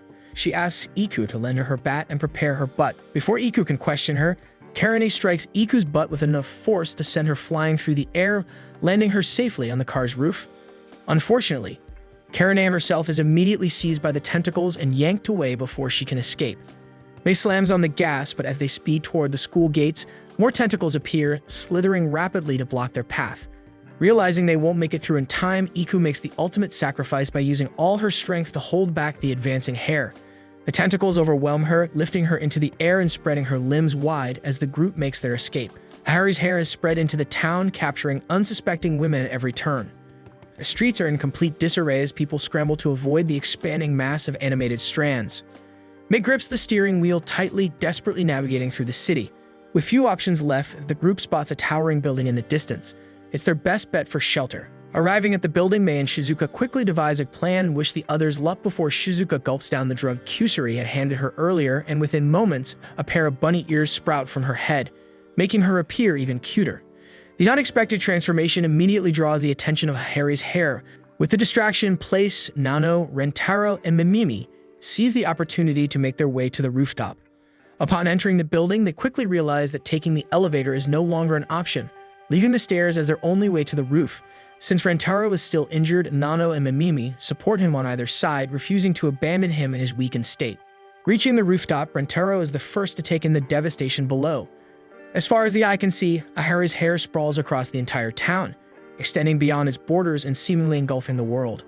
A news reporter stationed on another rooftop attempts to document the catastrophe, but mid-broadcast, she is suddenly ensnared by the writhing tendrils. Her cameraman hesitates, unsure whether to intervene or continue filming the arousing scene unfolding before him. Noticing the hair beginning to slither up the rooftop, Nano readies her cutter while Mimimi grips her brush tightly, both prepared to defend Rentaro with everything they have.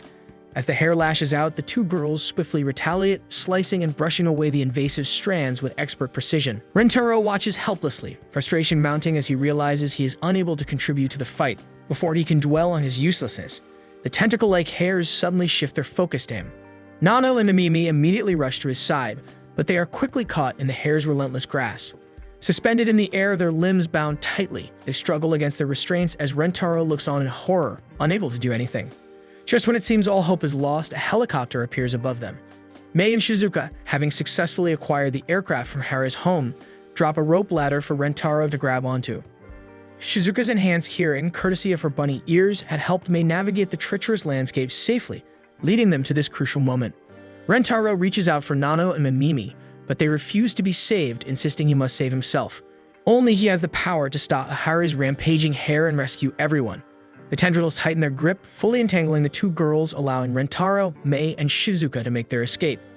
During the chopper ride, Rentaro makes a request. He wants to be taken back to the school, right where Harry is. His mind is set on putting an end to this chaos. Meanwhile, Harry remains trapped within her own hair, her body immobilized. As the helicopter hovers over the epicenter of the calamity, Rentaro reassures Mei and Shizuka that he will be fine. He is certain that Harry's subconscious would never allow him to come to harm. With unwavering determination, he leaps into the swirling mass of hair, convinced that if he can reach her, he can bring her back. The moment he descends, several thick strands lash out, wrapping around him midair and dragging him into the suffocating abyss. Within the shadows, a figure emerges, Harry's former lover. The presence lingers, observing him with a mixture of amusement and approval. It acknowledges how far he has come, its sheer determination setting him apart. With a final silent gesture of trust, the spirit gently nudges him forward, relinquishing any lingering ties and allowing Rentaro to take his place by Harry's side. Rentaro rises back to consciousness. Before him, Harry is motionless, still tightly entangled in the monstrous mass of her own hair. He rushes to her side, shaking her gently, but she remains unresponsive, her mind still trapped within the chaos. Determined to free her, Rentaro presses his lips to hers, hoping a kiss will wake her mind. Slowly, the entrapment around her loosens, and for the first time, her eyes flutter open. Tears, well as awareness, return, the weight of everything that has transpired crashing down on her. As she allows herself to be overwhelmed with guilt, Rentaro reassures her that the drug she took actually has two effects and she can fix the world. Back outside, Iku and Hikari have oddly found enjoyment in being bound by the hair and remain wrapped up. The other girls try to point out they can break free since the hair has already lost its tight grip. Suddenly, the strands of Harry's hair surge upward, stretching beyond the clouds and into the sun.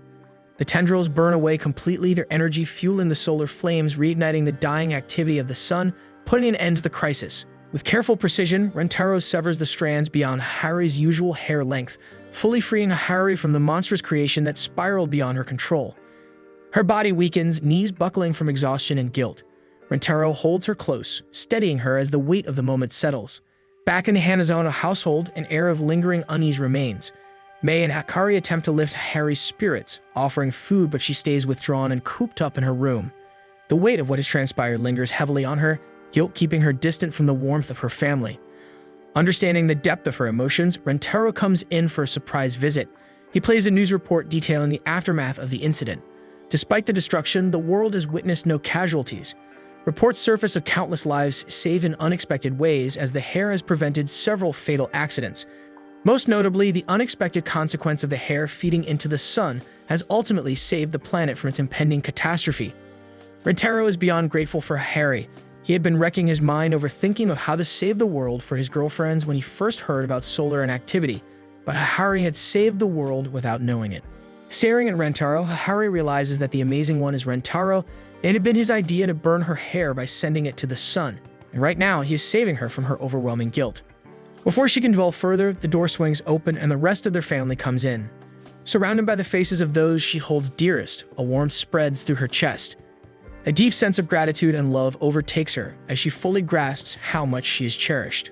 One day, Mimimi decides to host a beauty and makeup class for the Rentaro family.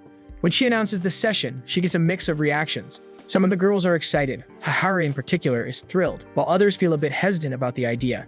Still, Mimimi's enthusiasm is contagious, and they all agree to participate. Rentaro, seeing his girlfriends putting effort into self-care, decides that he should work on himself as well. If they're going the extra mile to enhance their beauty, he figures he should do something to improve himself too.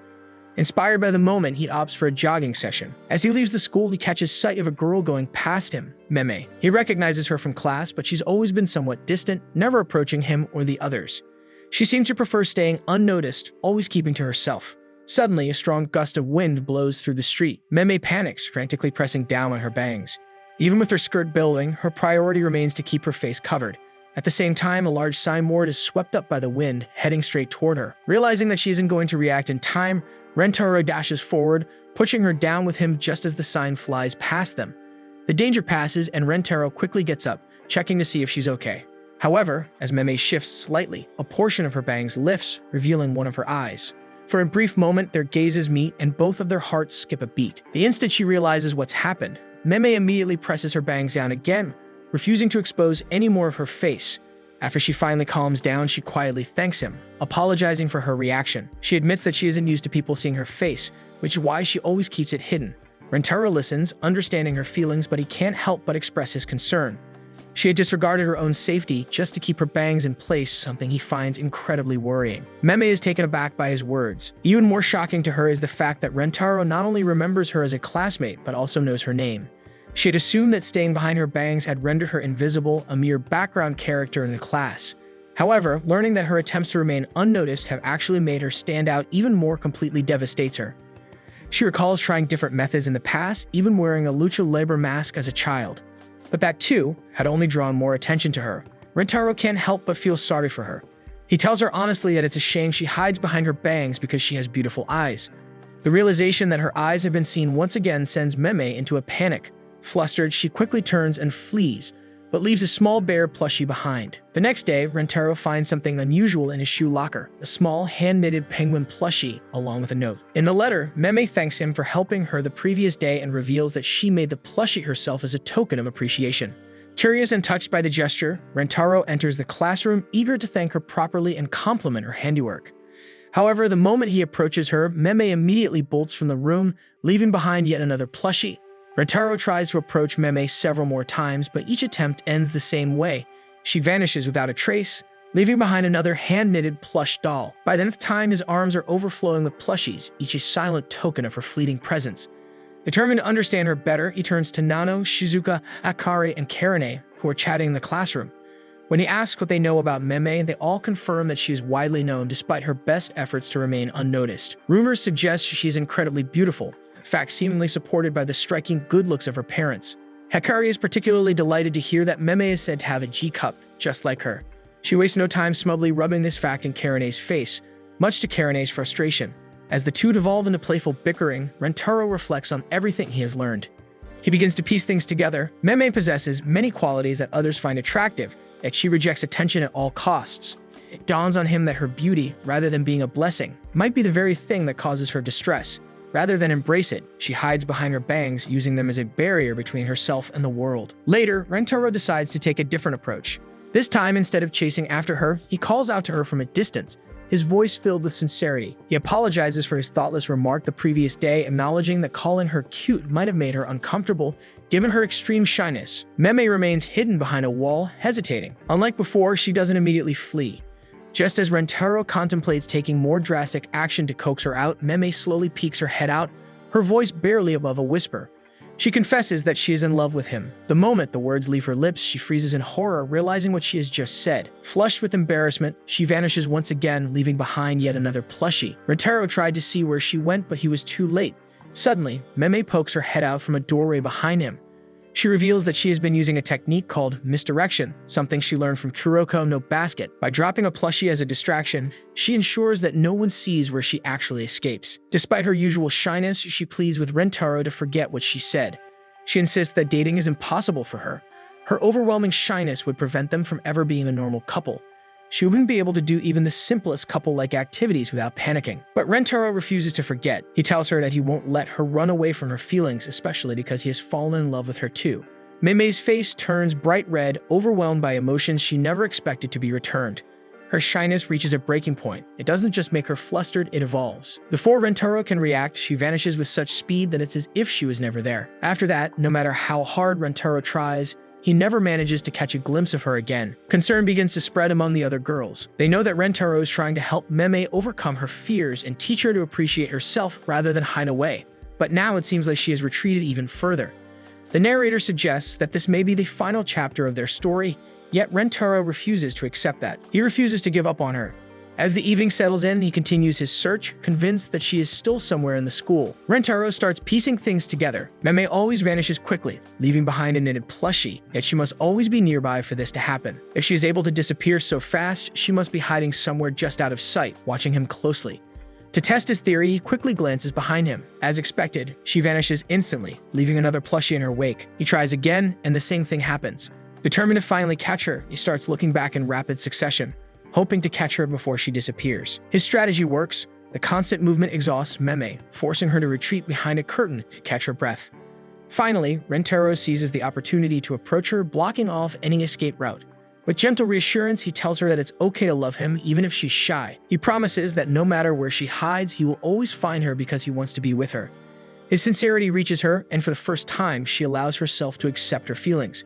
When he finally asks her to be his girlfriend, she shyly accepts, willing to try and find happiness with him. However, before they can bask in the moment, a loud ripping sound echoes through the room. Meme freezes in horror. In an instant, her chest almost doubles in size. The intense chase had put too much strain on her chest binder, and it had finally torn apart. Contrary to the rumors that she was a G-cup, her actual size far exceeds that. The next morning, Rentaro introduces Meme as his newest girlfriend to the rest of the group.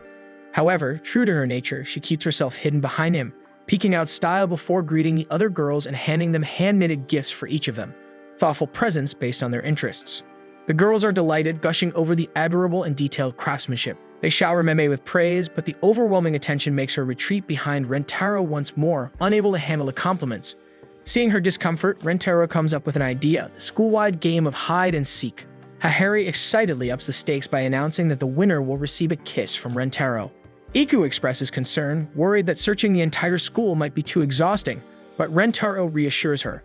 He declares with confidence that he will travel to the ends of the earth to find them if necessary. With that, the game begins. The girls scatter, given 5 minutes to find their hiding spots. Rentaro starts his search outside and unknowingly passes right beneath Iku and Mei, who are desperately clinging to a ledge above him. They had both chosen the same hiding place, thinking it would be the most difficult to reach. However, now they are suffering for it, their arms trembling from the strain. As Rentaro stops below them to talk to the principal, the two girls struggle to hold on. Eventually, he moves on, completely unaware of their predicament. Meanwhile, in the storage room, Hyakkano and Karane are engaged in a hushed argument, both having picked the same hiding spot. They hide inside a crate. Once they hear Rentaro approach, the cramped space forces Karane's face directly between Hakkari's thighs, and Hakkari struggles to stifle any noises as Karane squirms, causing some teasing in her privates. The awkward tension becomes unbearable. Eventually, they reach their limit and give up, revealing themselves. With Hakkari and Karane now out of the game, they join Rentaro in searching for the others. Their next stop is the science lab, where they hear soft murmurs coming from inside a cabinet drawer. Curious, Rentaro opens it, revealing Kusuri and Mimimi fast asleep, curled up together in the tight space. Pausing for a moment, Rentaro can't help but admire their peaceful sleeping faces. The search team, now joined by Kusuri and Mimimi, makes its way to the library, hoping to find Shizuka. Given her fear of the dark, the others assume she wouldn't dare hide in the dimly lit storeroom at the back. Still, Rentaro decides to check, pushing open the heavy door to reveal a scattered pile of books on the floor. Among them sits an ordinary-looking box, its presence oddly suspicious. Approaching it cautiously, the group lifts the lid, only to be met by two pairs of wide, startled eyes. Inside the box, Nano and Shizuka sit frozen in shock, resembling treasures unearthed from a hidden chest. The way the dim light filters in makes the moment almost surreal.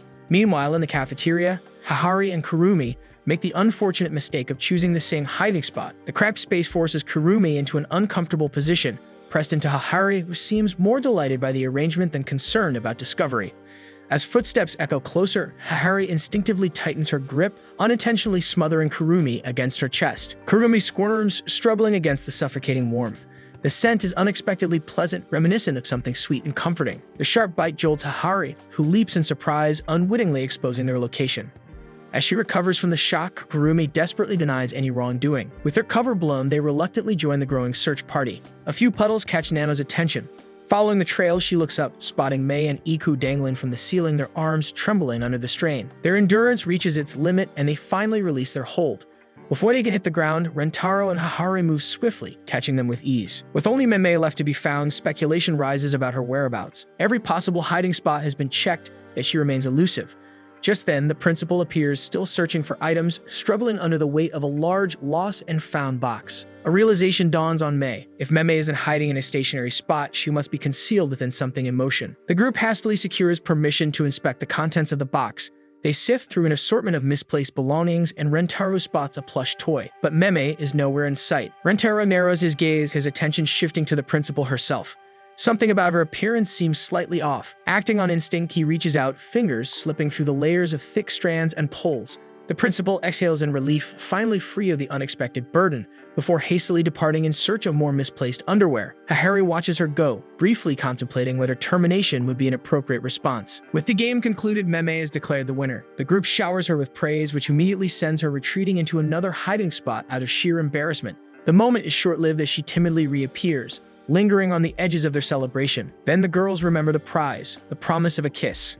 Attention shifts back to Mei, who fusses under the weight of expectation. She hesitates, torn between the desire to accept and the certainty of her own reaction. The inevitable embarrassment, the instinctual retreat, she knows she'll vanish the moment their lips meet. The others, aware of her dilemma, begin brainstorming ways to prevent her from escaping. Yet despite their enthusiasm, Mei remains confident in her ability to disappear.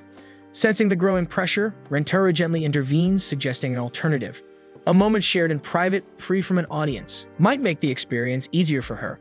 The suggestion is met with understanding, and with the matter settled, the group turns its focus to heading home. As they begin their departure, Rentaro lingers behind. The moment he is alone with Mei, he moves swiftly, pressing a soft kiss against her lips before she can fully process what is happening. Mei notices that Rentaro is talking, so she looks back only to find Rentaro by himself and a plushie on the ground. Rentaro doesn't know what to think because this time she disappeared without even a sound. In a wide open field, Karine waits alone, the breeze rustling the tall grass around her. Rentaro eventually appears in the distance, rushing toward her with a bright smile and an apology on his lips. Karine's heart flutters at the sight of him, but her instincts kick in. She accuses Rentaro of making her wait and dramatically claims she's utterly fed up. Her words cut through the air, and Rentaro's smile fades. His expression drops as he suddenly questions his place in her life. Convinced that his girlfriends would be better off without him, he turns away and begins walking into the distance. Karine's facade crumbles. Panic surges through her as she reaches out to him, desperate to call them back, but the words catch in her throat. Rentaro disappears, and she wakes up with a gasp. It was just a dream. As she sits up, she activates her phone. The lock screen greets her with a photo of herself and all the other girls in Rentaro's family, a moment captured in happiness. But the lingering fear from her nightmare haunts her. At school, Rentaro cheerfully gathers the girls, revealing a surprise. A set of special snacks rumored to bring happiness to couples who share them, and he suggests breaking the snacks into 12 even pieces so everyone can enjoy them together. The girls eagerly agree, chatting away and sharing laughter. Only Karine remains aloof, scoffing at the idea and calling it ridiculous. Yet her dream still echoes in her mind. Her heart weighs heavily, reminding her of how easily her stubbornness could hurt Rentaro. As the girls enjoy the snacks, Rentaro notices Karine standing off to the side. Without hesitation, he approaches her and offers a piece of the treat with a warm smile. The opportunity to respond normally is right in front of her, but instead, Karine snatches the snack from his hand and accuses him of wanting money in return. Her own words hit her like a slap. She mentally berates herself, frustrated by her inability to act like a proper girlfriend. To make matters worse, she impulsively shoves a piece of the snack at Rentaro, intending to return the favor. His eye comically makes a chewing motion as if enjoying the treat. The sight leaves the others amazed, while Karane becomes ashamed of her actions. Hyakkano, noticing Karane's tense posture, mistakenly assumes it's due to discomfort from growing pains. With a teasing grin, she comments on Karane's development. Outraged, Karane snaps. In a flurry of frustration, she shoves a snack into Hyakkano's mouth, effectively silencing her. The forceful gesture immediately backfires and Karane attempts to apologize. However, Hyakkano only responds in delight since Karane feeds her directly like a doting girlfriend. Throughout the rest of the afternoon, Karane's thoughts linger on her place in the family. She watches the other girls, admiring how naturally they connect. Even the newest members seamlessly integrate, laughing and playing games without hesitation. Their bonds seem effortless, while Karane continues to struggle. Iku and Kusuri soon draw the group's attention by engaging in an impromptu sumo match. Iku's natural strength quickly dominates the smaller Kusuri, whose competitive spirit flares. Determined not to lose, Kusuri rummages through her uniform for her shape-shifting drug, but is horrified when she learns that she switched it out for her Deet Tsundere Phi drug by mistake. The sight instantly grabs Karane's attention. Kusuri leaves the test tube unattended and eagerly returns to her sumo match with Iku.